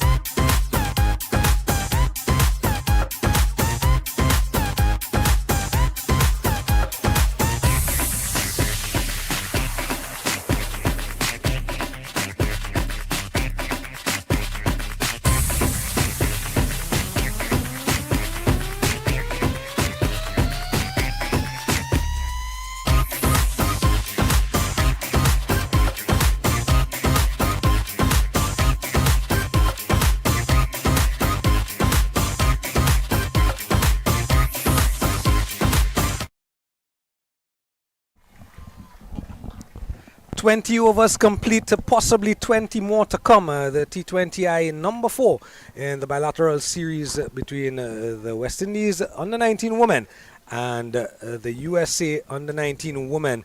Remember, this series is locked 1 apiece. We hear about a moving day in a test match. This is a moving day in this series, because whoever wins this game is going to get their nose in front in the series going 2 ahead. The young West Indies women, they got to 89 for 8 in their 20 overs, an innings that was built on 53 from 37 deliveries from young Ebony Braithwaite out of Barbados, and a young lady with so much power and so much in her future once she continues to take cricket seriously, and got good support from Brianna Haricharan at the other end. An innings where the USA bowlers again, Imadi and Chopra, the Campbell Apale, they all showed that what they have. Madhavan, they all showed what they had, and what they did yesterday was no fluke. A couple of drop catches in the field, but all in all, they were good. And now it's over to their batters, and their usual opening pair, it seems, in the middle, and to get us going with the ball in hand for the West Indies women. Amrita Ramtahal from the gymnasium end. And alongside me, as we wait the signal from umpire Vicky Daniel to get us on the way, and Samara Ramnath gets her field where she wants it for this run chase with Sod and Chetna Reddy in the middle, Greg Davis alongside me. Here is Amrita now running away from, not just yet though, but we're ready to go. Here she is now running away from the gymnasium end. Nice on a length, guided nicely by Sud. They'll get one, and skipper Ramnath will ensure that it's just one. Kristen Sutherland, the wicketkeeper today in place of Katie George. And Greg, who's your money on? Are you a betting man? Are you going to bet on the USA, or are you going to bet on the West Indies? I believe they're equal. We have some USA batters who's done well in the previous games. They have some runs under their belt, and the West Indian bowlers with skipper there and a couple other bowlers, they've done well as well. Especially the skipper, she could really change the match once she's ready to come on and bowl. Yeah, Chetna Reddy. On strike now. Elegant left-hander. Nice. It's just on a good length and good line from Ramtahal, cramping already a bit. And of course, you mentioned her batting prowess. Of course, she got a 40-odd in that rained-out game that we mentioned in the first innings. That game where the US scored 130, and the second innings could not be played because of rain. This one in the air, loud appeal. Did it come off bat or did it come off pad first? The signal from umpire Daniel is leg by. Yes, it is. There it is now. So off the pad, hence the appeal. And a nice length that Ramtal is keeping now for her first couple balls. Just a bit wider. It's cut away and well stopped in that gully region by Abigail Bryce. Yes. Stopping a definite boundary. Yeah. Again, decent length. Just giving her a little too much width there, but excellent backing up in the field, which is needed, like we said earlier, for your bowlers to look good and to have some motivation throughout the innings. And as we see here, Amrita's using 2 fielders on a boundary, 1 square leg and 1 deep cover. Yeah, opposed to what Chetna Reddy did when the USA were in the field. Samara Ramnath electing to have sweepers out. Chetna Reddy only had 1 fielder out in the early part of the power play when they bowled. That fielder at third, and then she changed it mid-wicket long on. It's going to be interesting as they look to pinch a single. It's not there. Brianna Haricharan in mid-wicket. And it's going to be interesting. We spoke a lot about Chetna Reddy's captaincy and Brianna and Samara Ramnath's captaincy. We're going to get to see at the end of the first over here, 3 without loss. We're going to get to see now Samara Ramnath marshal her troops in the middle. And we're going to get to see the batting of Chetna Reddy and how she sets up the innings for the rest of her batters. Yeah, and already we see Ramtal using, the skipper using Samara, using feelers out on the square boundaries. So, and Amrita, you pulling back that length a little bit compared to the US bowlers who bowl it and looking for the swing, bowling it very much up to the bat. We saw the third man in play for them. The third man fielding a few balls because of that swing, early swing the US got. So it's two different bowlers. Amrita pulling back that length, not looking for the swing too much except that last ball. Samara Ramnath. This one is in the air. Sutherland does not know where it's gone, but it's cleared her eventually. Headley will clean up down at third. But as they've done in previous matches, Samara Ramnath, the skipper, the talismanic bowler, and probably the best bowler that the West Indies do have in their ranks, electing to take the new ball. That in itself is an art and a skill, bowling the new ball. We've seen Samuel Badri do it for many a year. We've seen Akil Hossain doing it for the senior men. We've seen Captain Haley Matthews do it from time to time. And Samara Ramnath, in the vein of those great players, taking the responsibility. Flighted just outside of the off stump. Another quart of pain, and I think should have had her first wicket, Samara Ramnath. Yes, just using the one fielder on the boundary in the mid-wicket region and attacking has a slip in.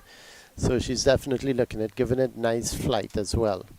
Yeah, she is one of those field bowlers who doesn't shy away from that. Attacking the stumps. Ready on the back foot. Electing to play the off-spinner on the back foot. It'll be interesting to see if she has the confidence, Samara Ramnath, to bowl the leg spin to the left hand and get her to hit out to that mid-wicket fielder. There it is. This time staying with the off-spin, but is electing to stay on the stumps. Yes, and a nice back drive through the covers. Again, the fielders backing up the bowler well there. And it's excellent bowling by Ramnath. Slip and play, Tiana Herbert Myers. Again, on the stumps. I don't think they'll have much spinning off at this point, but Ramnath will be keeping that line tight there. Ball going in slightly with the arm.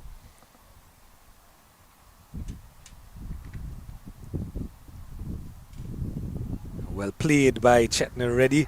And the end of the second over, and almost like the West Indies batting effort. Just 4 without loss after 2. So nice, slow, easy start here for the USA women.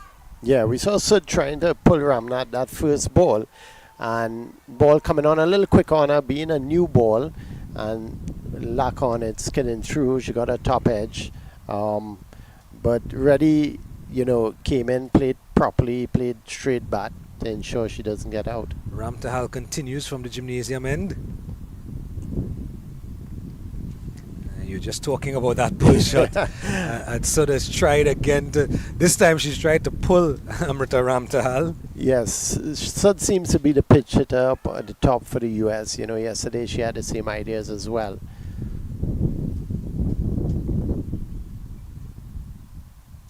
Seems to like that shot, the pull shot, and not there. No timing just yet on the bat of Sanvi Sud. Yeah, she seems to be the one to go for it, to try and make inroads into the innings.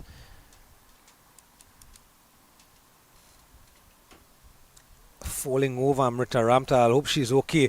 Just seemed to lose her footing in her delivery stride there, and I remember a couple of years ago, CWI Women's Rising Star under 19, her bowling foot there, I hope she's really okay. She seems to be alright, but that bowling stride just seemed to land awkwardly on the popping crease. But I remember a couple of years ago at CWI Rising Stars, that end at the gymnasium, and bowlers were having all sorts of trouble coming down the hill, I suppose. Full toss in the air. Anyone under it? No, it's running away and into the boundary. Has it cleared the rope? I'm going to have to see. It's given us 6 by Vicky Daniel, umpire. We get a chance to see it again. Full toss, high in the air, and you just mentioned pinch hitter. She's an out-and-out batter. Oh yeah, she is. And I think, but she goes for it. You know, she goes for every ball, and that is the definition of a pinch hitter, where she's not waiting to play herself in. And I think she's better than that, and I think she should play herself in. And Amrita, unfortunately, had that little fall the previous ball, and this ball now was a loose ball because of maybe effects of that. Pulling again, got the gap, so she'll not get the single. Yes, she's not waiting around. She's giving it all the bat speed she has, and she's looking for those early runs. And I'm seeing her rehearsing that straight bat. I think she's going to be looking at least for a single here. She wants a strike. Short, carved, and into the hands and out of the hands of Ebony Braithwaite. Can't keep out the game, Ebony Braithwaite, in the covers there. And there's that single to end the over. Yeah, just bounced a little in front of Braithwaite, and she did well to cover it, get her body behind the ball. And Ramtal seemed to have settled now since that fall earlier in the wicket. So, of course, going after just as hard as anything else. In fact, there is one more delivery in the over. So Ramtahal from the gymnasium end, going full, nice and full, getting a bit of in drift, coming around the wicket. And that now will be the end of the third over, the second Ramtahal over. United States of America under 19 women, 11 without loss, 10 of those runs off the bat of Sanvi Sud. Yes, exactly. She's the one going after it. You see, Reddy ensuring she stays there. She's playing in herself, and Sud will be pushing for the runs. Ramtal now. Ramtal, the last ball of this over, the last ball of the previous over, she pitched it up, looking for extra swing, and she did get it. So, you know, I'm wondering why she doesn't use that fuller ball more often, especially at the top of the innings where you could get some swing. Samara Ramnath, the skipper, will continue from the pavilion end. Flighted, it's off the edge of the bat into the hands. Who is that? Is that Sud? That looks like Cumberbatch with the catch, is it? But Samara Ramnath here getting the outside edge of Sud's bat and picking up the first wicket. And I was just about to mention the fact that Samara Ramnath, even with the big shots from Sud, she's stayed the course and kept all her fielders in the circle, and it's paid dividends here. Yes, exactly. And Sud again not taking any prisoners. She's looking to go after it. And Ramnath, this is the second ball she's faced from Ramnath, and it's gone in the air once again like the previous one. Sud seems a better batsman than that, and I think she should play herself in, look to bat a little deeper into the innings rather than playing such attacking strokes so early on into the innings. And I think she has the ability to wait for the bad ball and put it away. And she seems to have that ability to judge the length of the ball very well. But just maybe going a little too hard at it at the start. So Nikar Doshi, the new batter, and at one drop. And we've seen just a bit of some glimpses during this series of what Doshi possesses with the bat. Very good in defense, and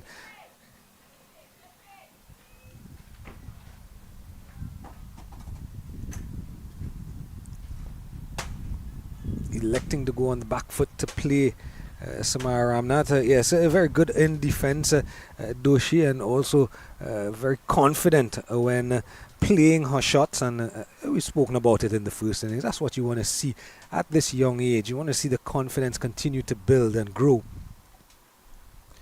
Cutting away through the gap. That is gorgeous from Doshi. Will it have the legs? Yes, it does. It beats Brianna Harichan into the boundary. And just as I was speaking about solid in defense and confidence in playing her shots, she plays a gorgeous cut shot. I think Larry Gomes would be proud. Yes, excellent. She didn't try to hit it too hard. The ball is still hard being early in innings. Her bat speed was excellent.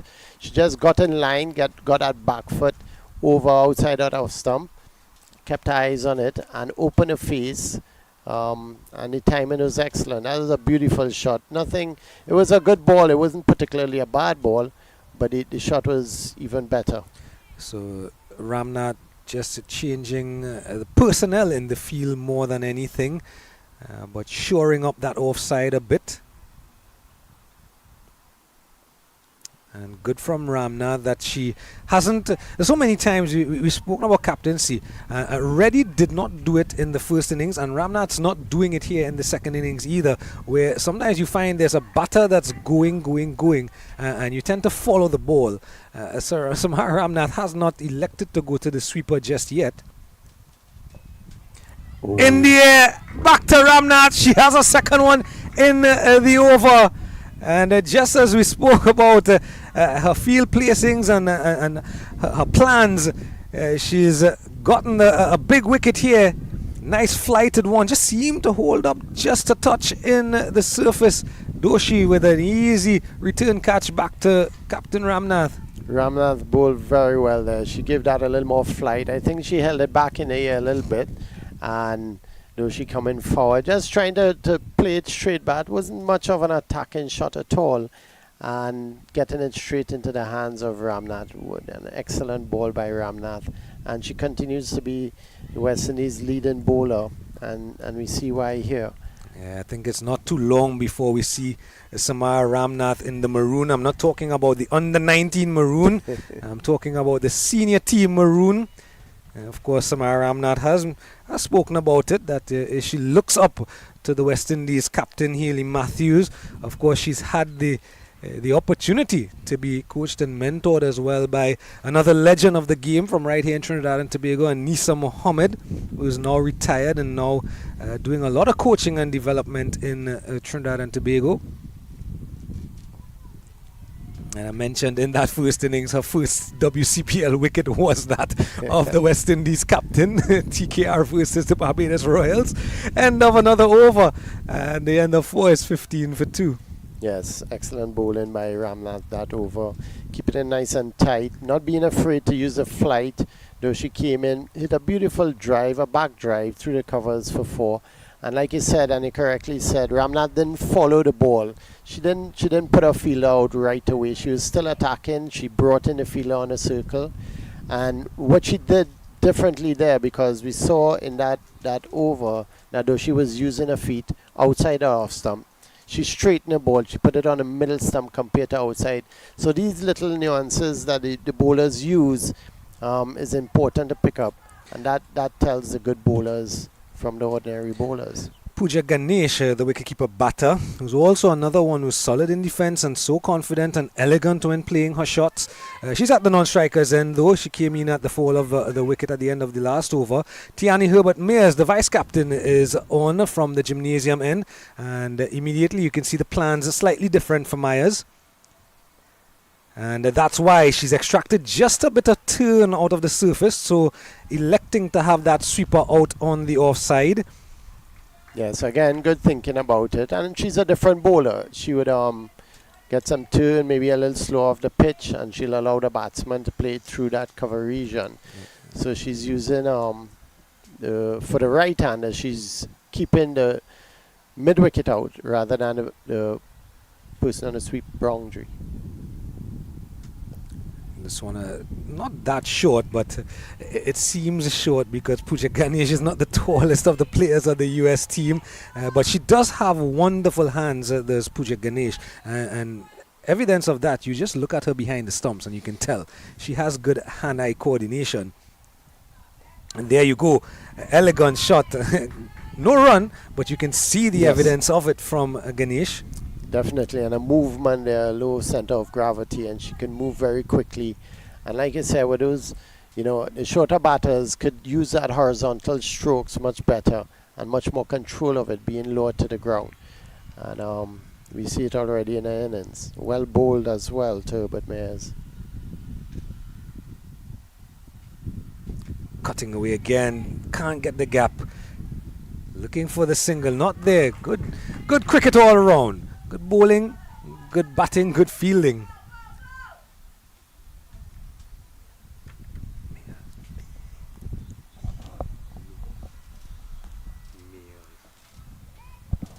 This one again, looking for that cut shot. They'll get the single this time, because she's picked the gap on this occasion. So good tidy over though from Tiani Herbert Mears.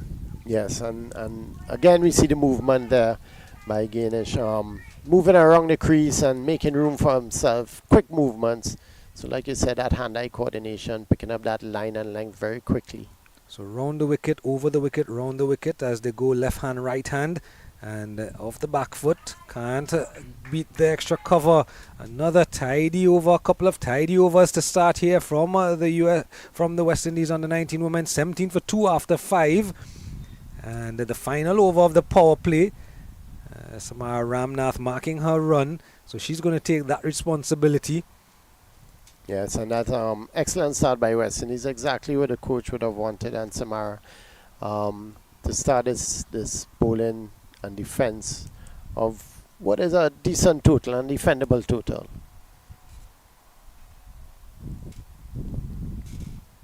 There's that cut shot again, and I'm wondering why is it that wicketkeeper batters? Dinesh Ramdin loved the cut shot. Jeff Dujon loved the cut shot. Mr. Murray loved the cut shot. What is it?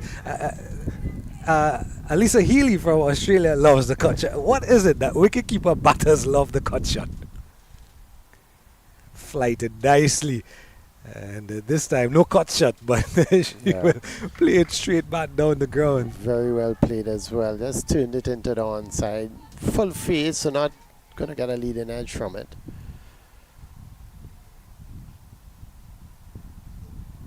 A little bit quicker, and there's an evidence. Quick single, no.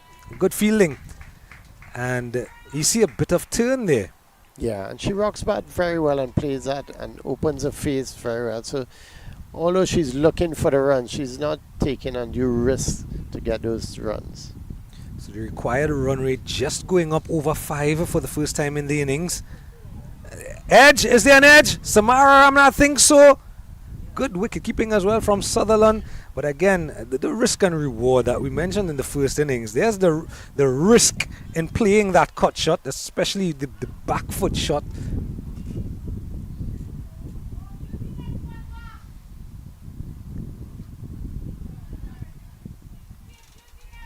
And that cut shot, she was back and backing away, cramped for room. The one before, she was across and then cutting. Samara twice run up, She's not happy. Something's not right. Not sure if it's sometimes what happens here at this facility, the breeze, it just gusts, and that sometimes throws you off as a bowler. Of course, she may not have been clear in her mind as well, and we know that she is just as all these girls are. You can see the evidence both on the USA team and the West Indies team. Many of these girls, they're thinking all the time, and they're so eager to want to do well.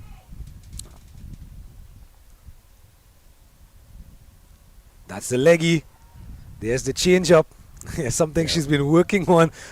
Quite unfortunate that she picked up that finger injury earlier in the year and couldn't play the CWI Rising Stars tournament. 17 for 2 now at the end of the power play. So one less wicket for the US in the power play. They've lost one less wicket than the West Indies did in their power play.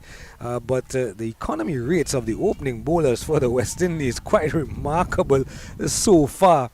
and every dot ball pushing that run rate. It's trending upward. It's now 5 1/4 required to the over. Myers on a good line, and finally Chetna Reddy gets some bat and ball and gets a single. She's been there for a while, and she will know in the back of her mind as captain, she'll have to play that similar hand to what Samara Ramnath played yesterday. Yes.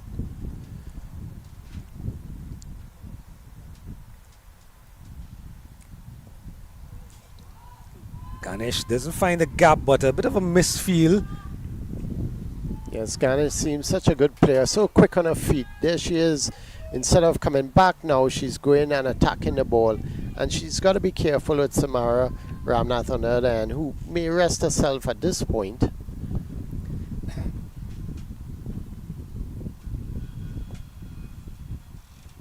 And why I was saying that is that Samara started to inch that ball closer and closer to her to stop her going on that back foot. She still continued on the back foot. It's smart bowling by Samara in the previous over. You get the feeling here that her opposite number is just biding time, just dabbing this one. Knows there's a sweeper out on the offside and will pick up one. You get the impression that her opposite number, Chetna Reddy, who's still in the middle, is just kind of biding time and seeing what the conditions are doing. And of course the freedom given to her wicketkeeper batter on the other end, Pooja Ganesh, to have a go if she wants to. Slip employed now. Nijani Komabach into slip. Looking for the sweep. She's executed. Has she gotten bat on it? I think she has. Yeah. And they'll pick up two. A beautiful shot. Coming outside awesome and just paddling it over her shoulder down to the fine leg area, which was free. The West Indian fielders running and making a good effort to stop that ball before it got into the boundary. But it was, again, we see her very nimble at the crease, you know, being able to play these shots.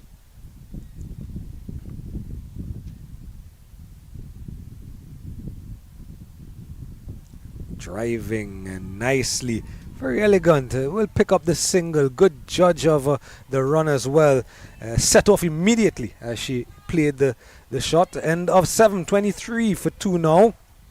Yes, and this USA pair here already and Ganesh doing a good job here. They're making sure they inch forward and get closer and closer to the runs, building a partnership into this halfway mark, the 20th over. Very good going as well on the West Indian side. So a bit of rebuilding being done here, and we see Ganesh really moving around that crease. She's played many shots. She's driven the ball. She's used her feet to come down the crease. She's gone and paddled over her shoulder. Some excellent batting there, and West Indian bowlers up to the task.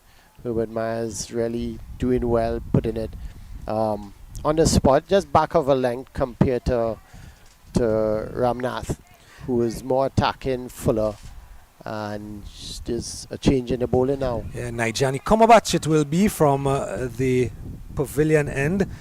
A young lady who had a remarkable under-19 tournament a couple of weeks ago. And there you see, starting a lot better than she did yesterday. Yesterday, I was really impressed with Nijani Komabach because her first over went for some 8 or 9 runs, and she was hit for consecutive boundaries in that over. Very expensive. And she made the adjustments. A chance of a run out here, and the throw is wayward. Had there been a better throw, because Sutherland, the wicket keeper, you can see, got herself into a good position just to collect and take the stumps off, but the throw went well wide. Yes, that was unfortunate. That was basically some errors there. Error in the calling, you know, error in Ganesh running down there. Maybe Reddy didn't tell her quickly to get back, and error in the throw. So Nijani Komabach starting really expensively. In fact, it went for 13 her first over yesterday, and then she came back well and made the adjustments. And today you can see her, this one in the air. It's going to be in vacant space, but you can see her effort here, Komabach, to bowl a little bit more, a little bit flatter, and more of a particular length that's not as full as she bowled yesterday. That good length area. Yeah. And we saw Garnish trying to use her feet to come to the pitch of the ball, so she's ensuring that she's not up at that half volley length and make the batsmen work for their runs. Yeah, so Chetna ready here, just surveying, seeing what's on offer. Flatter and a bit shorter, so it's turned around the corner, no single there. So finding the going a bit tough. Yes, and Kamabach is using a long on and a deep mid wicket.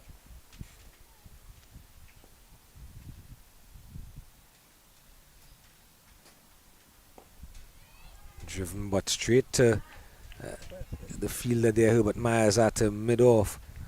So good from Nijani Kamabaj. This will help her confidence a bit, and good to see that just the one run so far in the over. Short, and was there an edge on that one? So very close. End of the over though. 24 for 2 at the end of it. Yeah, difficult to say if there was an edge there, but Reddy will be disappointed on missing out on that one. Not much protection on that offside was there for Kamabach. There was a fielder just maybe 3/4 way to the boundary in more the cover area rather than a square area. And we see Herbert Myers coming on again, and Garnish here to face, and there's a deep mid wicket again, long on, long off.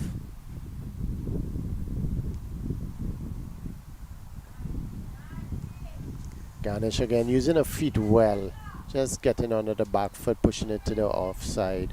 There's a circle on the offside. It's preventing one slip in play. Garnish just trying, maybe getting a little tied up, tying herself up in a little knot there, trying to maybe do a ram shot, but or paddle, but not getting it well. She's batting well, needs to continue as she's going. This one in the air. She's gone. Good catch, running back by Nijani Kamabach, because it came off the top edge and it was going the opposite direction and just going away with the breeze a bit away from Kamabach. And those are some of the tougher catches to take over your shoulder. Yes, excellent catch. You know, for her to run back there, keep her eyes on the ball continuously goes away from you and went into that slip area. Unfortunate for Ghana, she was batting so well. That one was a little wide outside our stump, but Myers bowling very well, keeping it a little wider than normal, and Ghana is really trying to pull that from way outside our stump. And an excellent catch there by Nijani Kamabach. Yes. Can't keep her out of the game. Very well taken. So 24 now for 3. And the benefit or the good thing though for the US is that their captain Chetna Reddy is still in the middle, and she's gonna have to usher her team. She is the superstar of this US under-19 women's team, and they all pull and root for her, and you can see it from the moment they step on the field and begin their warm-ups to the team huddles, when they come out to bat, when they're in the field. She has so much respect from her young compatriots in that US team. Katakian, the new batter. Hashini. Another left-hander. So this would probably, on the other side, make it just a bit easier for the West Indian bowlers in terms of their lines and lengths. Yes, definitely. And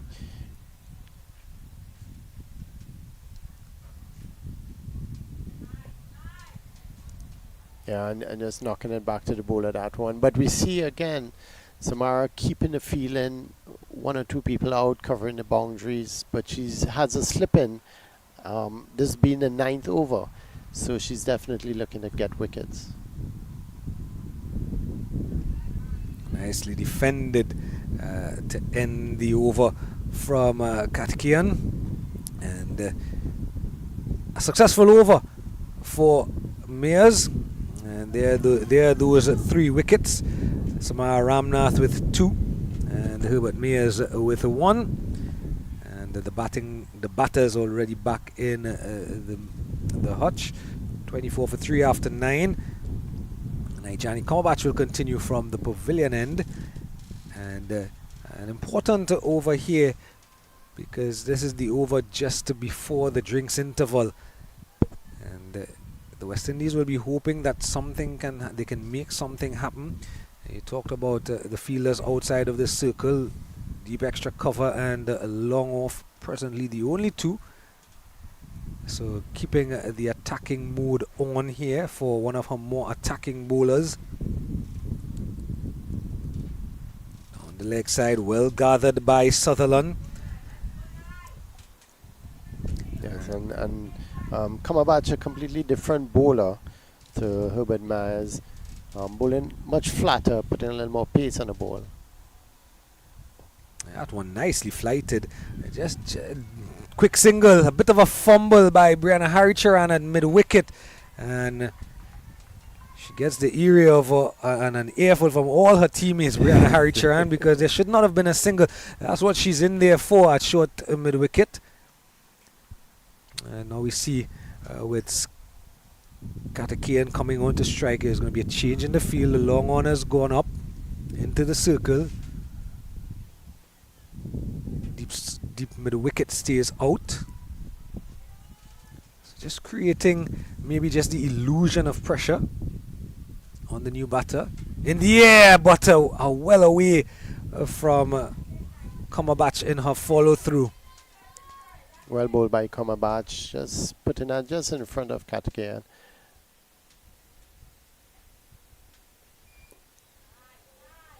And today you can see that she's bowling a lot quicker with a lot more confidence than she did yesterday.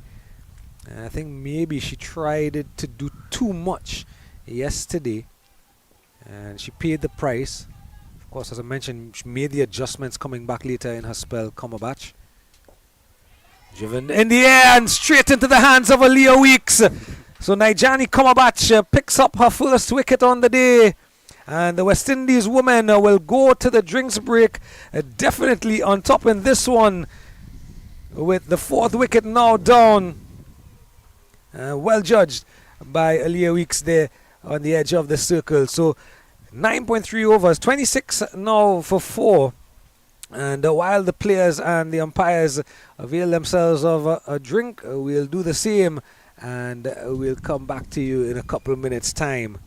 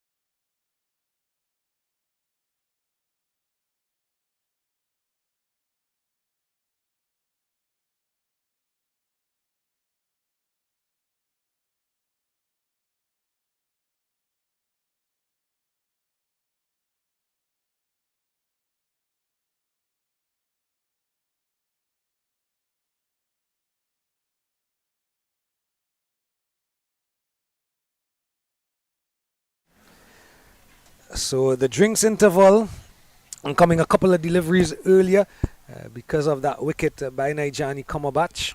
A signal by Maria Abbott back to the scorers that we are ready to get on the way. And the completion of the 10th over. She still has 2 deliveries to go, Nijani Komabach.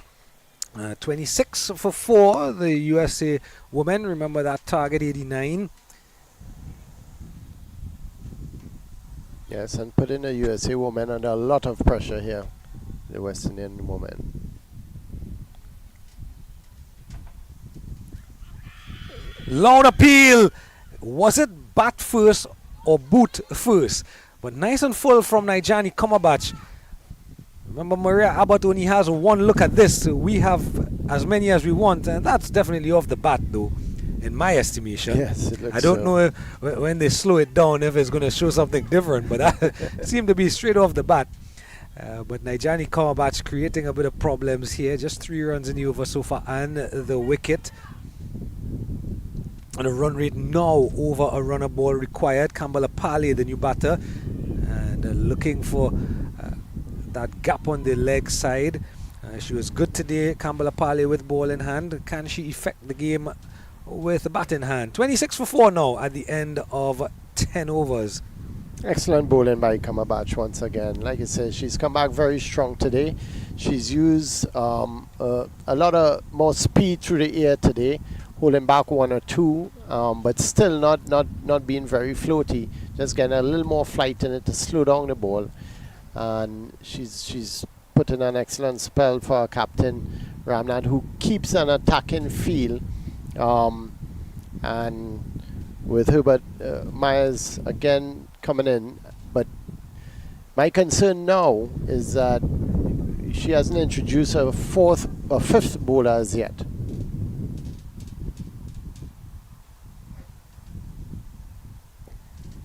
Driven nicely by the skipper, or misfield by the bowler, and a quick single. They get there in the end. May seem to have damaged her finger just a little bit in that misfield, so hopefully it wouldn't bother bowling. I saw her shaking her right hand just a bit, so we'll keep an eye on that. Yeah, so without introducing your 5th bowler as yet, then you're hoping your 5th and 6th bowler will come into the end of the game and take that responsibility. But still on the attack with Komabach there in a slip. Advancing, hit in the air, but straight in and out. She had it, and just as she went down, the ball popped out. Looks like to be like Bryce out there, and it just seemed to get her knee stuck in the turf, diving forward to effect the catch, and that literal knee-jerk reaction, the ball popping out of the hand. So they're going to play their shots, the young USA women. Yes, at this stage they need to get on with it a bit, and we see that will cause, a lot of opportunities to the West Indian way as well.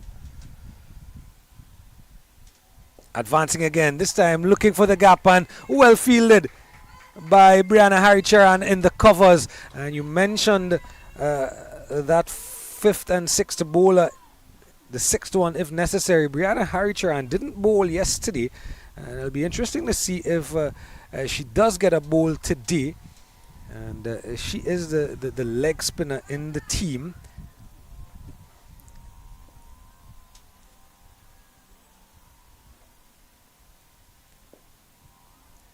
Straight to her there in mid wicket, and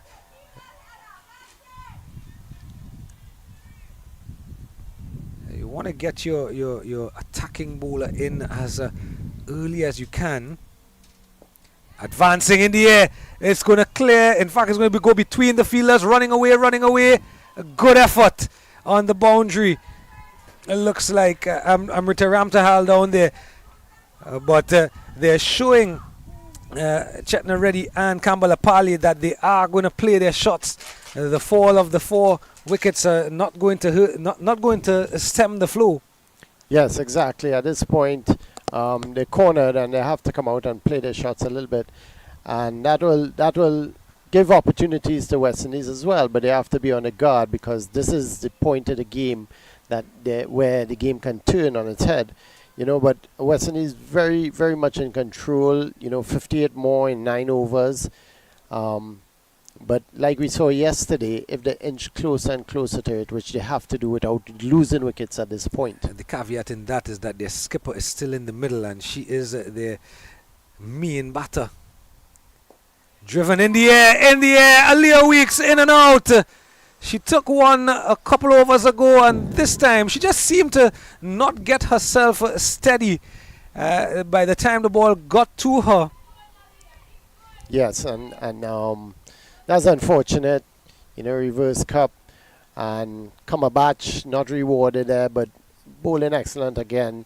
That one, she give it a little loop to try and see what she could get. Yeah, unfortunately, in and out. Getting a little pat on the shoulder from her vice captain, Tiana Hubert Myers. And that's good to see. That's good leadership. Because so many times, and we saw it yesterday with Nigel Cumberbatch, when you drop a catch, it does immediately. You are human. Yes. And these are young ladies, all of them under the age of 18. And it's going to play on your mind. Yeah. And we saw yesterday Nigel Cumberbatch, when she dropped the catch, her shoulders dropped, and she herself, her body language changed completely. Yes. So it's good by Herbert Myers to just give a little pat on the back to Aaliyah Weeks as they were changing positions now for the left-handed batter. Weeks is now on the long-on boundary, as opposed to mid-on earlier in the over.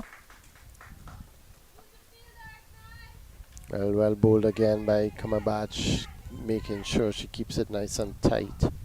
This is her 3rd over.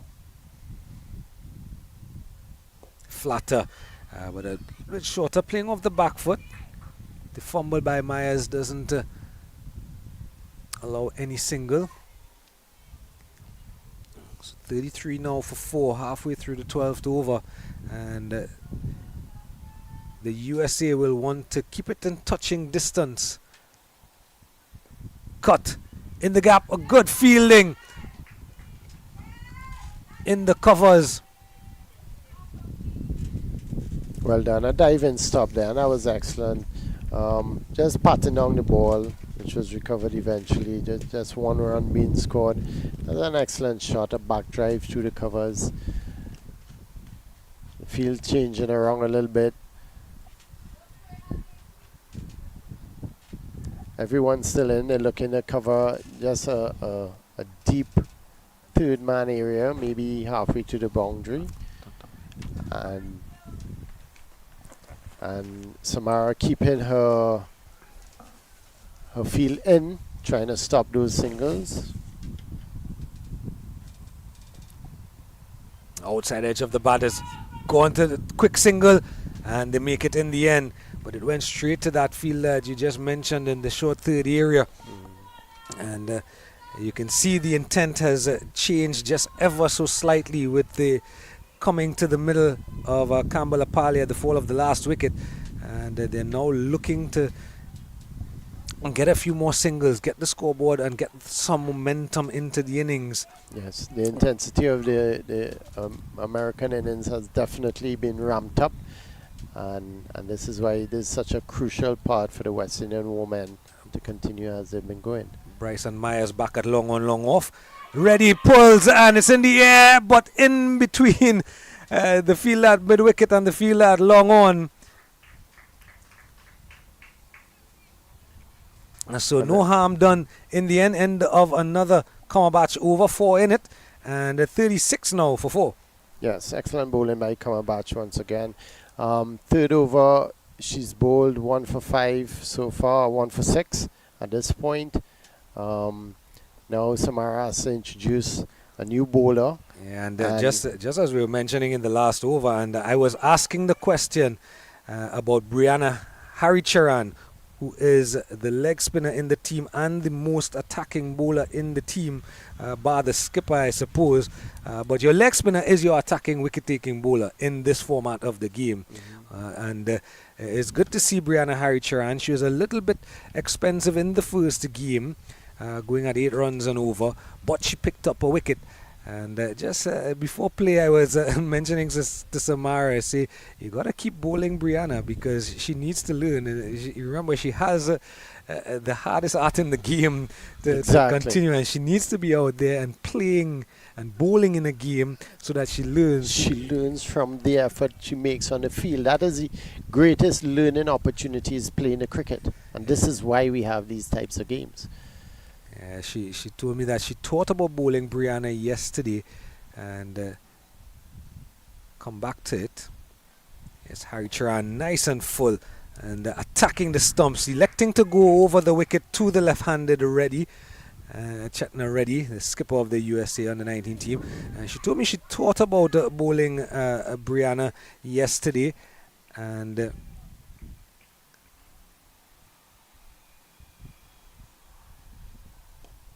this one pull. This is going to go between the fielders. They'll get one. They'll come back for the second. No, they won't.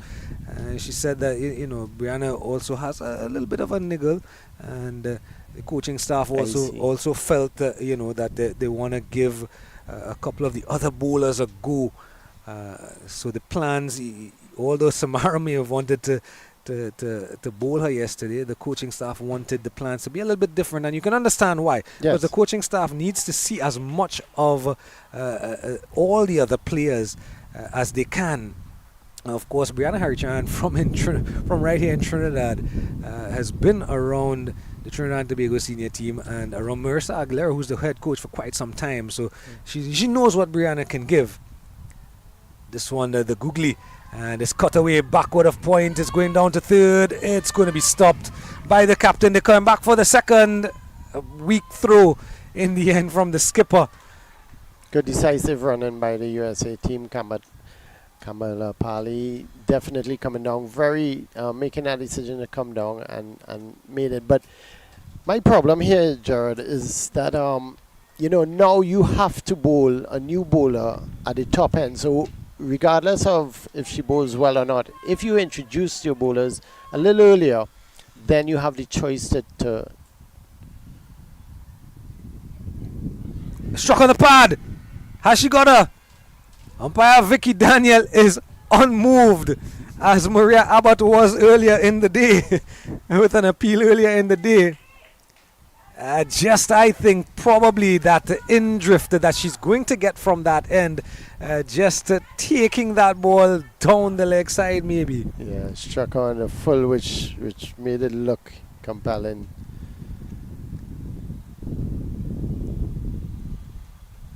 Pulled and into the gap, but there's protection out there, the backward square leg, and there you see immediately into the bowling lineup, and Harry Charan creating problems. And I've mentioned this before while doing women's cricket in the Caribbean, that Affie Fletcher, the incumbent leg spinner for the senior team, is already getting closer to the age of 40. Affie Fletcher is not going to be around forever. Driven in the air, but in the gap.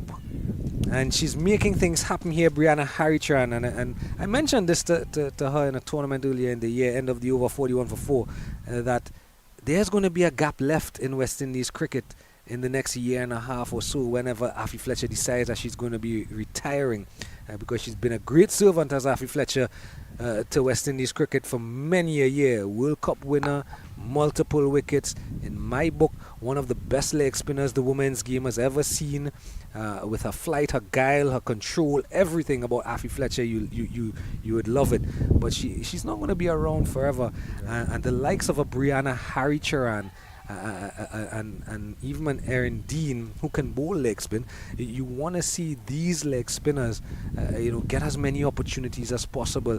And my opinion is, I think that Harichan is the heir to the throne that's going to be left vacant by Affie Fletcher eventually. You gotta be careful putting so much pressure on a young lady. No, but someone told me that, and even telling Brianna that herself, I think sometimes that works well for some people. Now, of course. I don't know Brianna personally, yeah. But saying that to some players, you tell that to Haley Matthews, and Haley's going to relish it. Yes. And that's what you want to encourage, though. You want to encourage that that type of growth mentally from them. Of course. It's more than just the bowling of the ball. It's more than just the setting of a field. It's more than just the things that we've seen on both sides of the coin. As young Headley gets the opportunity to come into the bowling lineup, the left arm orthodox, and they'll take one. No, it's going to beat the fielder out there at mid wicket coming around, and Sabriel Headley just straying down the leg side to start and hit for a boundary. Yes, just pulling that on a bit. Her first ball, not warmed up as yet. Pulling it down a bit. On the deep end, on the onside, there's a deep long on and a mid wicket. And now Brianna is putting a backward square. So she's plugged up that gap in the deep on the backward square area there.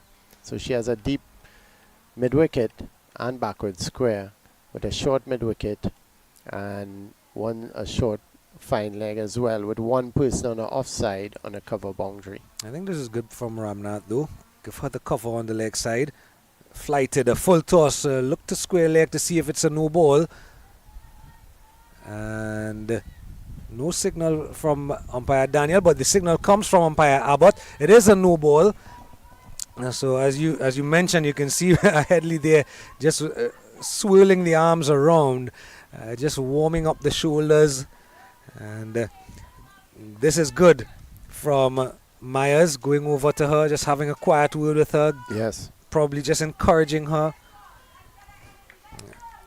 And you can understand she's looking to go as full as possible and get it in at the boots.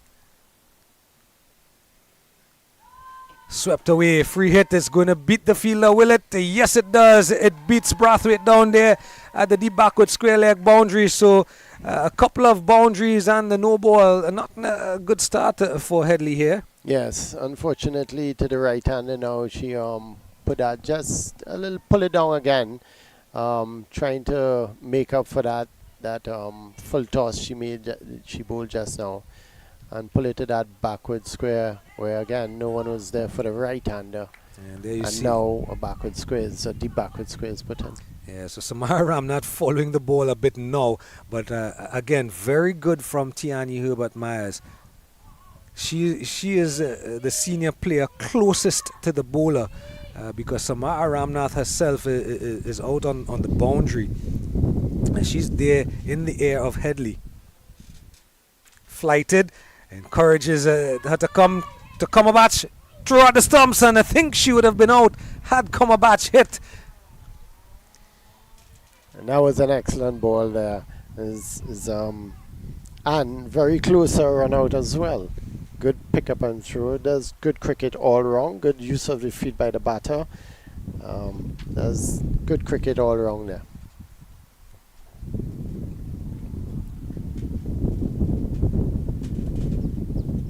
Flighted again, full toss low, and swept away by the skipper, Chetna Reddy. And she's quietly going about her business here, has Chetna Reddy, the skipper of this USA team. She's now moved on to 19 from 31. She was some 8 or 9 runs from about 20 deliveries. Yeah. And she's just quietly picked up her scoring rate. Struck in the air, but over the head and into the gap, is running away, and well stopped in the end by Cumberbatch before it gets to the boundary. Yeah, well done by Kamba Lapadi. That was well struck over the mid-wicket area. Fieldsman, it's a straight mid-wicket, more like a wide mid-on area. And the mid-on was a little closer. Now she goes back a little more. And young Headley seems to be settling down just a little bit now. Yeah, already 14 in the over. Flighted. This one will be called a no ball. I think she always caught a chance of a run out and she drops the ball. But I think that second over the waist no ball will mean she can't bowl in the innings again. And we'll just look to the umpires to see as she should stop immediately, isn't that the rules? Well, I'm looking to the umpires because that would be her second waist above the waist high full toss in the over, and a bit of leniency is shown here by umpire Abbott, and I guess it's good in a way.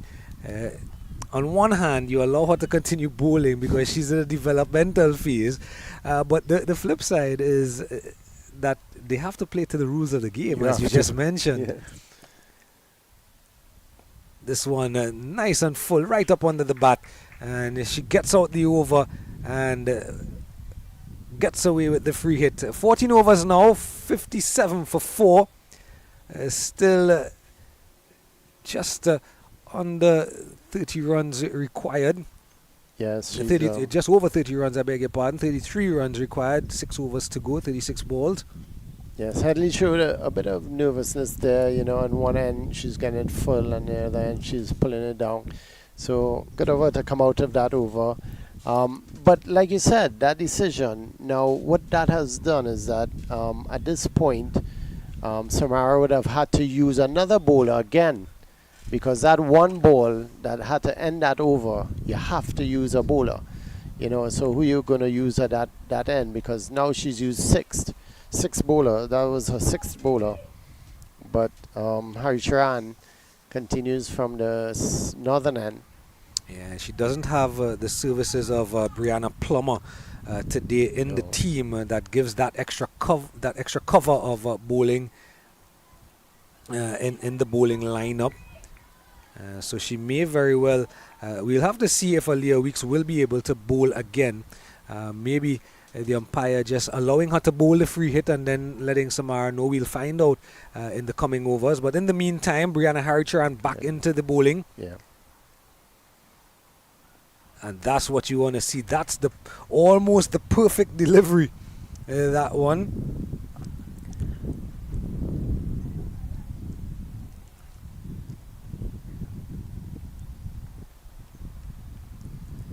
So she has a deep mid-wicket out on the boundary. Chance of a run out here. Tian Hubert Myers to Sutherland, and they complete the run in the end. A bit of a high throw there from Mayers. Better throw may have had her in some problems. But again, I think the entrance to the crease of Campbell Apali just changed the dynamics, because she is a free-flowing player. Yes. When she's bowling and when she's batting, and that energy, I think, has just transcended onto her skipper, who's quietly getting up and inching up with her strike rate, and they're putting on the runs. The run rate now back under a runner ball required.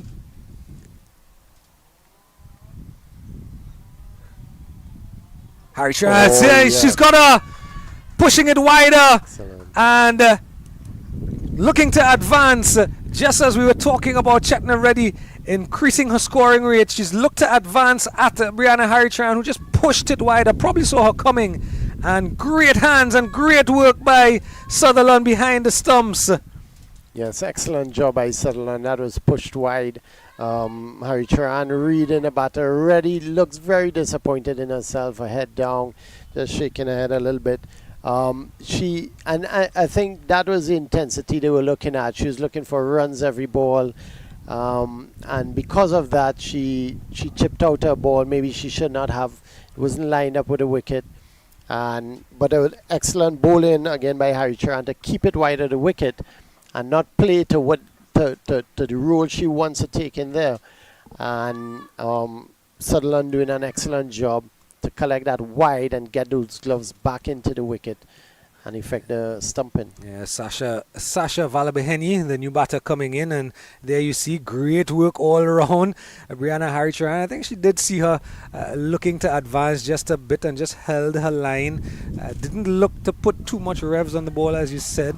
Yeah. And this is why we always say, you're attacking bowler, you get them into the attack at some point, and it's paying dividends. And this is why I was dumbfounded yesterday when Brianna Haricharan didn't bowl one over, given that you are she is the leg spinner in the team. Yeah.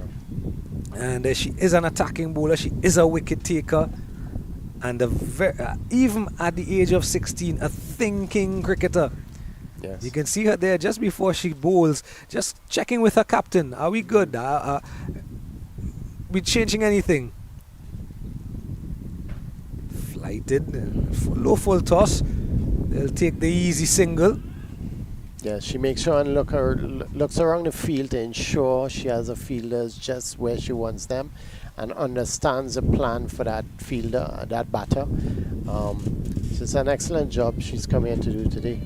We saw in the West Indian innings the exit of Hari Charan herself when they batted, looking for a single again. It'll be easy on this time. When they batted, when herself and Ebony Braithwaite were dismissed successively, it just changed the momentum of the innings. In and around the same time actually of the innings, and we'll have to see what effect, because I think the disappointment with Chetna Reddy is that she had gotten the start, she had the foundation, and she wanted to be there at the end. Flat, quick, wrong on, quick single, good cricket all round. Well run, well picked up, and by the fielder, tossed in, got it in quickly. So there's that batting lineup: 10, 19, 4, 6, North, 16 and 2 for the batters respectively, going down that batting order. 62 for 5 now after 15, 30 balls remaining. The death overs at the back end of the innings. And just under run a ball, 28 runs again. Are we in for a nail biter? Are we in for a super over? Yeah, that partnership of 33 was very important. And I think you spoke about Hari Charan's innings. And you know, the crowd didn't appreciate it as well. I saw walking off and not much applause. But they don't understand the value of a partnership and the role she played in that partnership. And that is the most important part of batters being out there. You know, Reddy was there with that partnership as well, putting on 30 odd runs for this last partnership, which now brings them back into the game. Yeah. You know, at one point we thought, hey, no way, it's very far. But Reddy was playing an excellent role when she had to. Yeah, so many similarities with the two teams. Aaliyah Weeks gets the ball, just going through her bowling run up here. And she herself, still very young, but she has all the mechanics to be a great seam bowler one day if she continues to play cricket and wants to take it to the higher level. So there's the answer. And I looked down at the team sheet and I think her name was the name. Short is pulled, doesn't get anywhere. But her name was the name that stood out to me with no Brianna Plummer in the team. Leah Weeks would have been the one that Ramnath would have to go to, given what transpired in the previous over from this end. Yes, and like we said earlier on, you know, the coach could put a plan, but when, you know, events happen on the field, that's where the captain has to think about it and understand how to use her bowlers and fielders. Looking to go short here, Weeks. And I haven't seen the use of a bouncer too much in this the last couple of days, yesterday's game and today's game. So that was short, that was well bowled. She got a dot ball for that. And you just look at her going through her run up into her bowling stride. Yes, she does fall away slightly, but again, she's still so young and has so much potential. Carved away, bit of a misfield, backward of point. They're going to run for one, and the skipper does well, even with the misfield, to limit them just to one. Yes, excellent shot, just pulling away that, a beautiful cut shot. Samara getting behind that, bursting through her hands. You know, the timing on that shot was superb. It's a good thing it went straight to her, because to her right or left it would have gone for 4. Yeah, so even with the fall of the wickets around, Campbell Pali is still there on 16 from 17 deliveries. And a lot is going to rest on her shoulders now to see it home for the USA. Driven, bit of a misfield from the vice captain this time, and the single effected eventually. Yes, Kamala Pali playing an excellent cover drive there, and like you said, she's really brought some momentum into this game for the US girls, and I mean, the intent of the US now is terrific if you're looking at the mode of the game. Yeah, given a runner ball required 26 from 26, Campbell Pali on 17 from 18. Straight to Harry Char, there's a Ramnath and quick single again. Given a runner ball and where Campbell Pali is with her scoring, you might very well back the US to get these 25 runs. Well, you have Ramnath, who still has one, and she's held back herself. So you have and then you have also Kamabach. So I'm not sure who she's going to use next, but she has a couple of bowlers. Of course, Ramtahal has a few up her sleeves as well. Short again. Campbell Pali, Valabaheni, I beg your pardon, admonishes herself. End of the over, 64 for 5 after 16. 24 deliveries remaining, and 26 runs required for victory for the US of A. Yes, the game gets tighter. It's in a nice position. It's anyone's game now. The momentum is definitely with the US. However, with that wicket taken, the last ball already, the captain going out, the West Indies team is hoping that they could continue on the same vein. Plus, Harry Chauhan is bowling an excellent spell here. Yeah, at so this back end of the innings. Yeah, so I think she may very well finish out her spell. 17 and 19 to Harry Chauhan. Probably Ramtahal might get 18 and 20.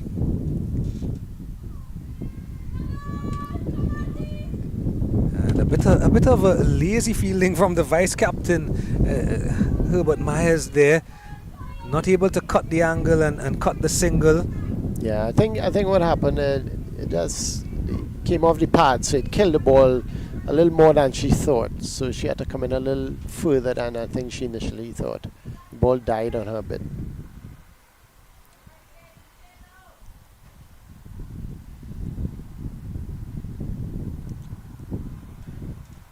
Again, looking for the quick single, a bit of a mix-up, but again, a little bit of a fumble in the field from Ramtahal herself, who we just mentioned might have a bowl next over.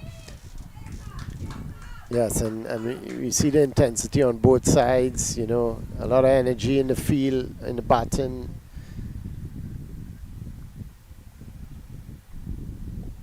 Driven in the air and just short of it's to be Braithwaite out there on the long on boundary.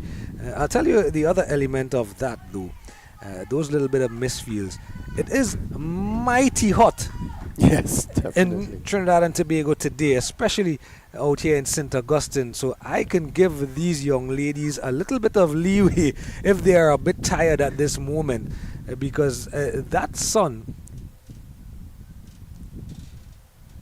advancing can't get the elevation, but will take an easy single. The elements, and this is, I have full respect for these young ladies. I asked you earlier, what were you doing at age 16? Right now, the middle of the July-August vacation at age 16, we would be by the river because it would be this hot and we want to be in the water.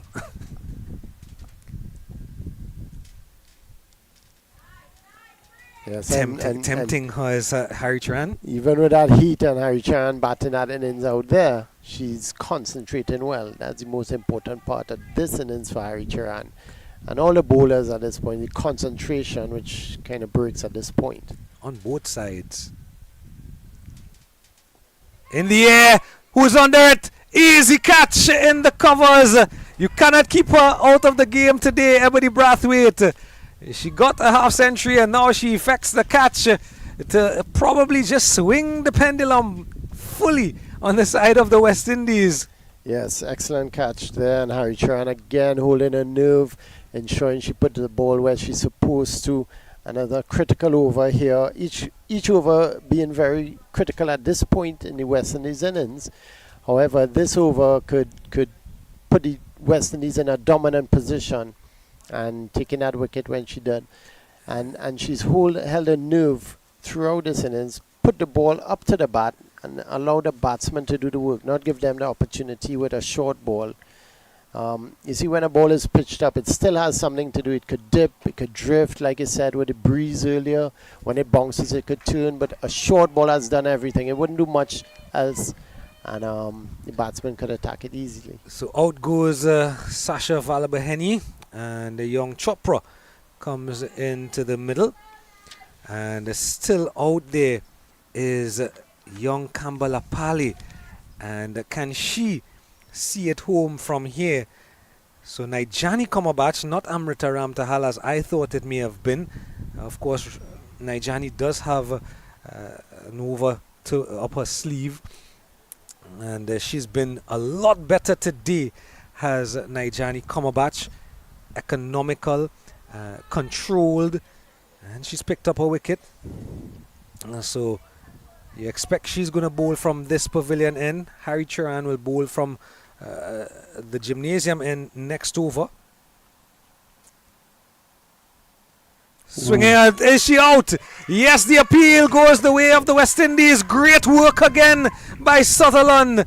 So 69 for 6 becomes a 69 for 7. Yes. And I think the pendulum is now in the favour of the West Indies. Definitely. And Kamabach, excellent there once again. Batter trying to chip out, but Kamabach is bowling much tighter, much faster through the air than most of the bowlers. And with that little, I think she got a little turn on it. Well taken again by Sutherland, doing a good job behind the wicket. And effecting his stumping, no chance for her to get back in at that point. So now the American women still only need 21 runs, so it's not like you're out of the woods. And with a few overs to come, but we have Kamabach bowling and has had a good spell today. This is her second wicket, and she's bowled. This is in her fourth over for only 7 runs. And you also have Ramnath, who is a third bowler. So I think that's what it's going to be. I think it's going to be Kamabach, Harry Charan, Ramnath to finish off for the West Indies. 3 of the more senior, 3 of the more attacking bowlers to finish it off here for the West Indies. For the US, Madhavan has come to the middle, and that's a big wicket from Kamabach though. She's gotten rid of Kambalapali, who was set, and she would have been the one you expected if you're a USA fan to take it home. So now you have 2 new batters in the middle, and that's a bit of the complication or the challenge, if you will, for the USA women. But a couple of adjustments here, bringing deep mid wicket into the circle. Kamabach sending the slip back out the short third, bringing the sweeper off the cover boundary as well, bringing third a lot finer.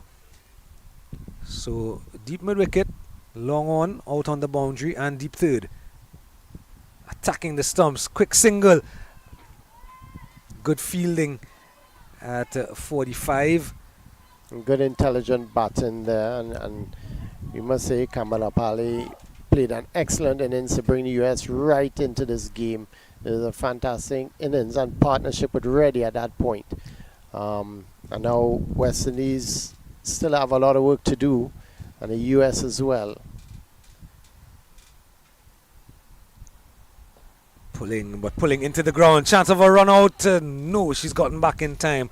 And Chopra and Madhavan, yes, we saw them at the ball earlier. We saw them at the ball yesterday. But they are quite capable with the bat. You remember the US even yesterday.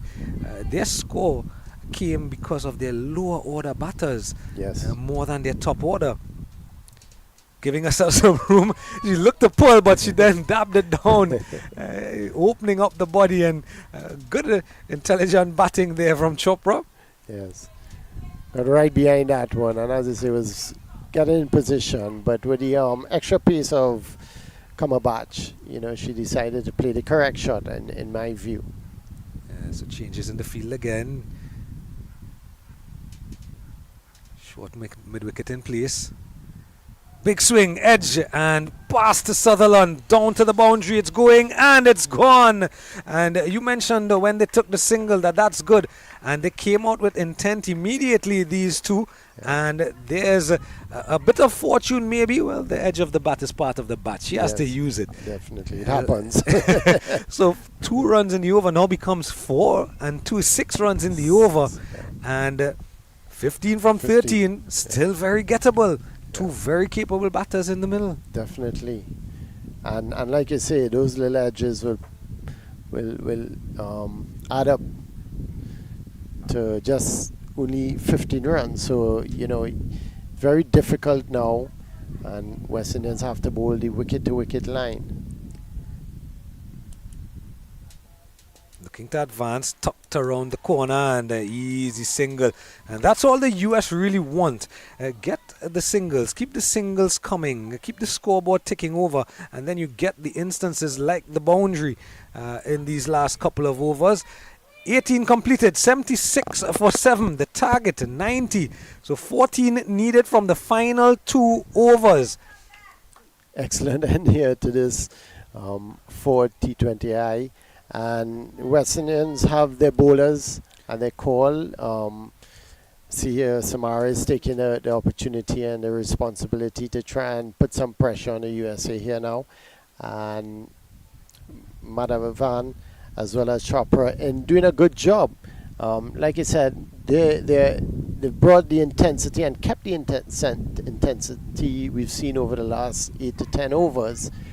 And picking up the singles, which are important, with 12 balls and just 15 runs to win. Singles will play a big part in this.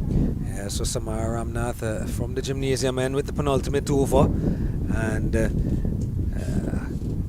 she'll be hoping her economy rate has been, I would say, ridiculous. 1.7. Nicely looking for the single, quick single throw at the non-striker's end. It's wayward and they look for the second. It's not there. Yeah, every opportunity they will take, and intelligent batting. They're not trying to overly attack Samara, who is the number 1 bowler, I would think, on this West Indies team, and ensuring they're still getting the runs, touching it and running. Yeah, Madhavan 7 from 4, Chopra 1 from 2. So they've scored immediately when coming in. Pulling, it's into the gap, but there's cover out there, the backward square, just 1 in the end. And similarly to Sud earlier, where she will move around the crease a bit, Chopper is doing the same thing, getting way back onto her back foot and allowing that ball to bounce and pulling it. She did that yesterday as well, very well. Flighted and just dabbed away. And another easy single. And singles will not win the game necessarily, but it will help. Yeah. 11 from 9 now. Singles and a couple of 2s will win it. You don't need boundaries at this point, but they will obviously get you there close quickly. Flighted again, low full toss, swept away. They're looking for that second run. It's in the mid-wicket gap, and they're going to come back. Will they make it? Yes, they will. Cries coming from the dugout to go keeper's end, but I don't think Kamabach, I think it is out there on that mid-wicket boundary, realized that the chance was at the keeper's end. Yeah, Samara floating that up, giving it a bit of air.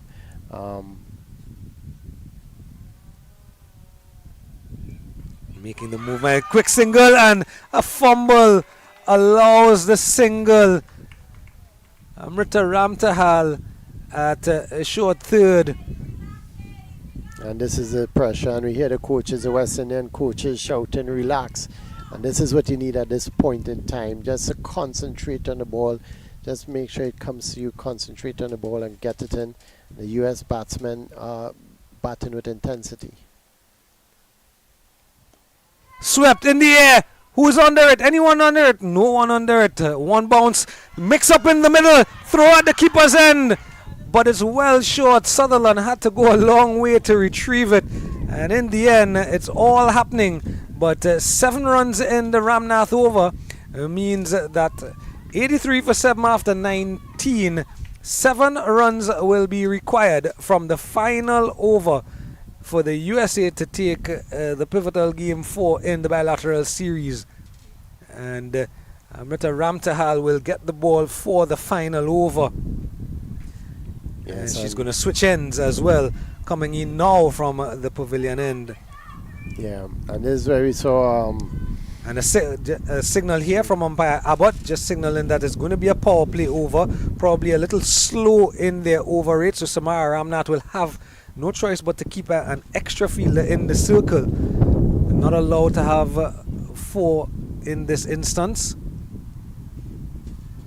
Long on, deep square leg, and third, the fielders outside of the circle. Just 3 fielders allowed because of a slow over rate, as signaled by umpire Abbott. 7 from 6, final over. 7 from 6. I'm sure that wouldn't affect it too much because 7 from 6, you got to have the fielders in stopping the singles. So I don't think that adversely affect her field placing. And Samara just making 1 or 2 little changes here, making sure she gets the field exactly how she wants it. Yeah, she's changing personnel, not so much the field positions, just changing around the personnel, sending a Leah Weeks to short 45, short fine leg. Yes, we have deep mid wicket and a long on. You need 2 people. We have a backward square on the line, the 30-yard line, backward point. The fielder at third is on the boundary as well. Looking to get the single. That is a little bit sloppy by Sutherland, who's been really good the entire day.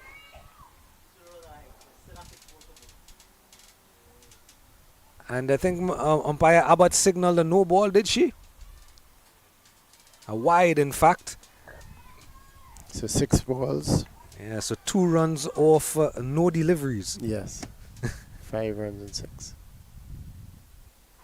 Down the leg side again, and they'll pinch another single. So that's 4 runs and no legal deliveries bowled yet in the over. So 3 now from 6, and it's just slipping away from the West Indies women here. And the call to go with Amrita Ramtahal from this end is a big call. And the back of the bat down to point. Yes. And they sneak another single. So that's 5 already in the over. And just 2 runs needed by the USA women. And I think Chopra and Madhavan, because they're moving around the crease, and Ramtahal is trying to attack the stumps, it's making it even a little more difficult for her to get her line on point. And again, she is still quite young, Amrita Ramtahal, and she is going to learn. So 2 from 5 now. In the air, straight back in the V. Is going to run into the boundary now, and that boundary of the batter of Taranam Chopra will bring a victory in T20I number 4 for the USA under-19 women, and they put their heads in front, going up 2-1 in the series with 2 games to go. A good game of cricket here. We saw the USA under pressure at one point, and then the captain seeing them through, getting them closer to the wicket, eventually falling. West Indies again got on top, holding ahead, and then at the end the USA with the intensity coming out on top at the end of the day. Ebbs and flows of the game, like you said earlier, it's very exciting to see it, and a good learning process from all these girls, bowling under pressure, coming on, using the field in different ways, understanding what is needed at different points in the game. So it's very important that the girls take this and learn from it and move on. And for those who haven't done so well this game, to forget that and you go on to the next game. So it carries USA to 2-1 lead now. It's 6 and one rained off. So 2 more games. So a day that started with the USA women winning the toss and inviting West Indies to bat first. Ebony Braithwaite, the standout, with 53 from 37, and wickets, 2 wickets apiece for Madhavan and Kumar, 3 for Imadi in the first half of the innings, and then it was over to the chase. The chase being 90 runs being the target, and an innings for the USA that was 19 from Kambala Pali being the foundation of the innings, but it was Madhavan herself with her 10 in the end, ushering the USA over the line. Wickets for Samara Ramnath 2, Nijani Kamabach 2, and Brianna Haricharan 2, the standout bowlers. So 2-1 to the USA in this bilateral series. The next game here on Friday, the 1st of August, Emancipation Day in Trinidad and Tobago, at the Sir Frank Worrell Field at the University of the West Indies Sports and Physical Education Center. Until then, though, victory for the USA by 3 wickets. The 5th T20I coming up on Friday. We hope you'll join us then.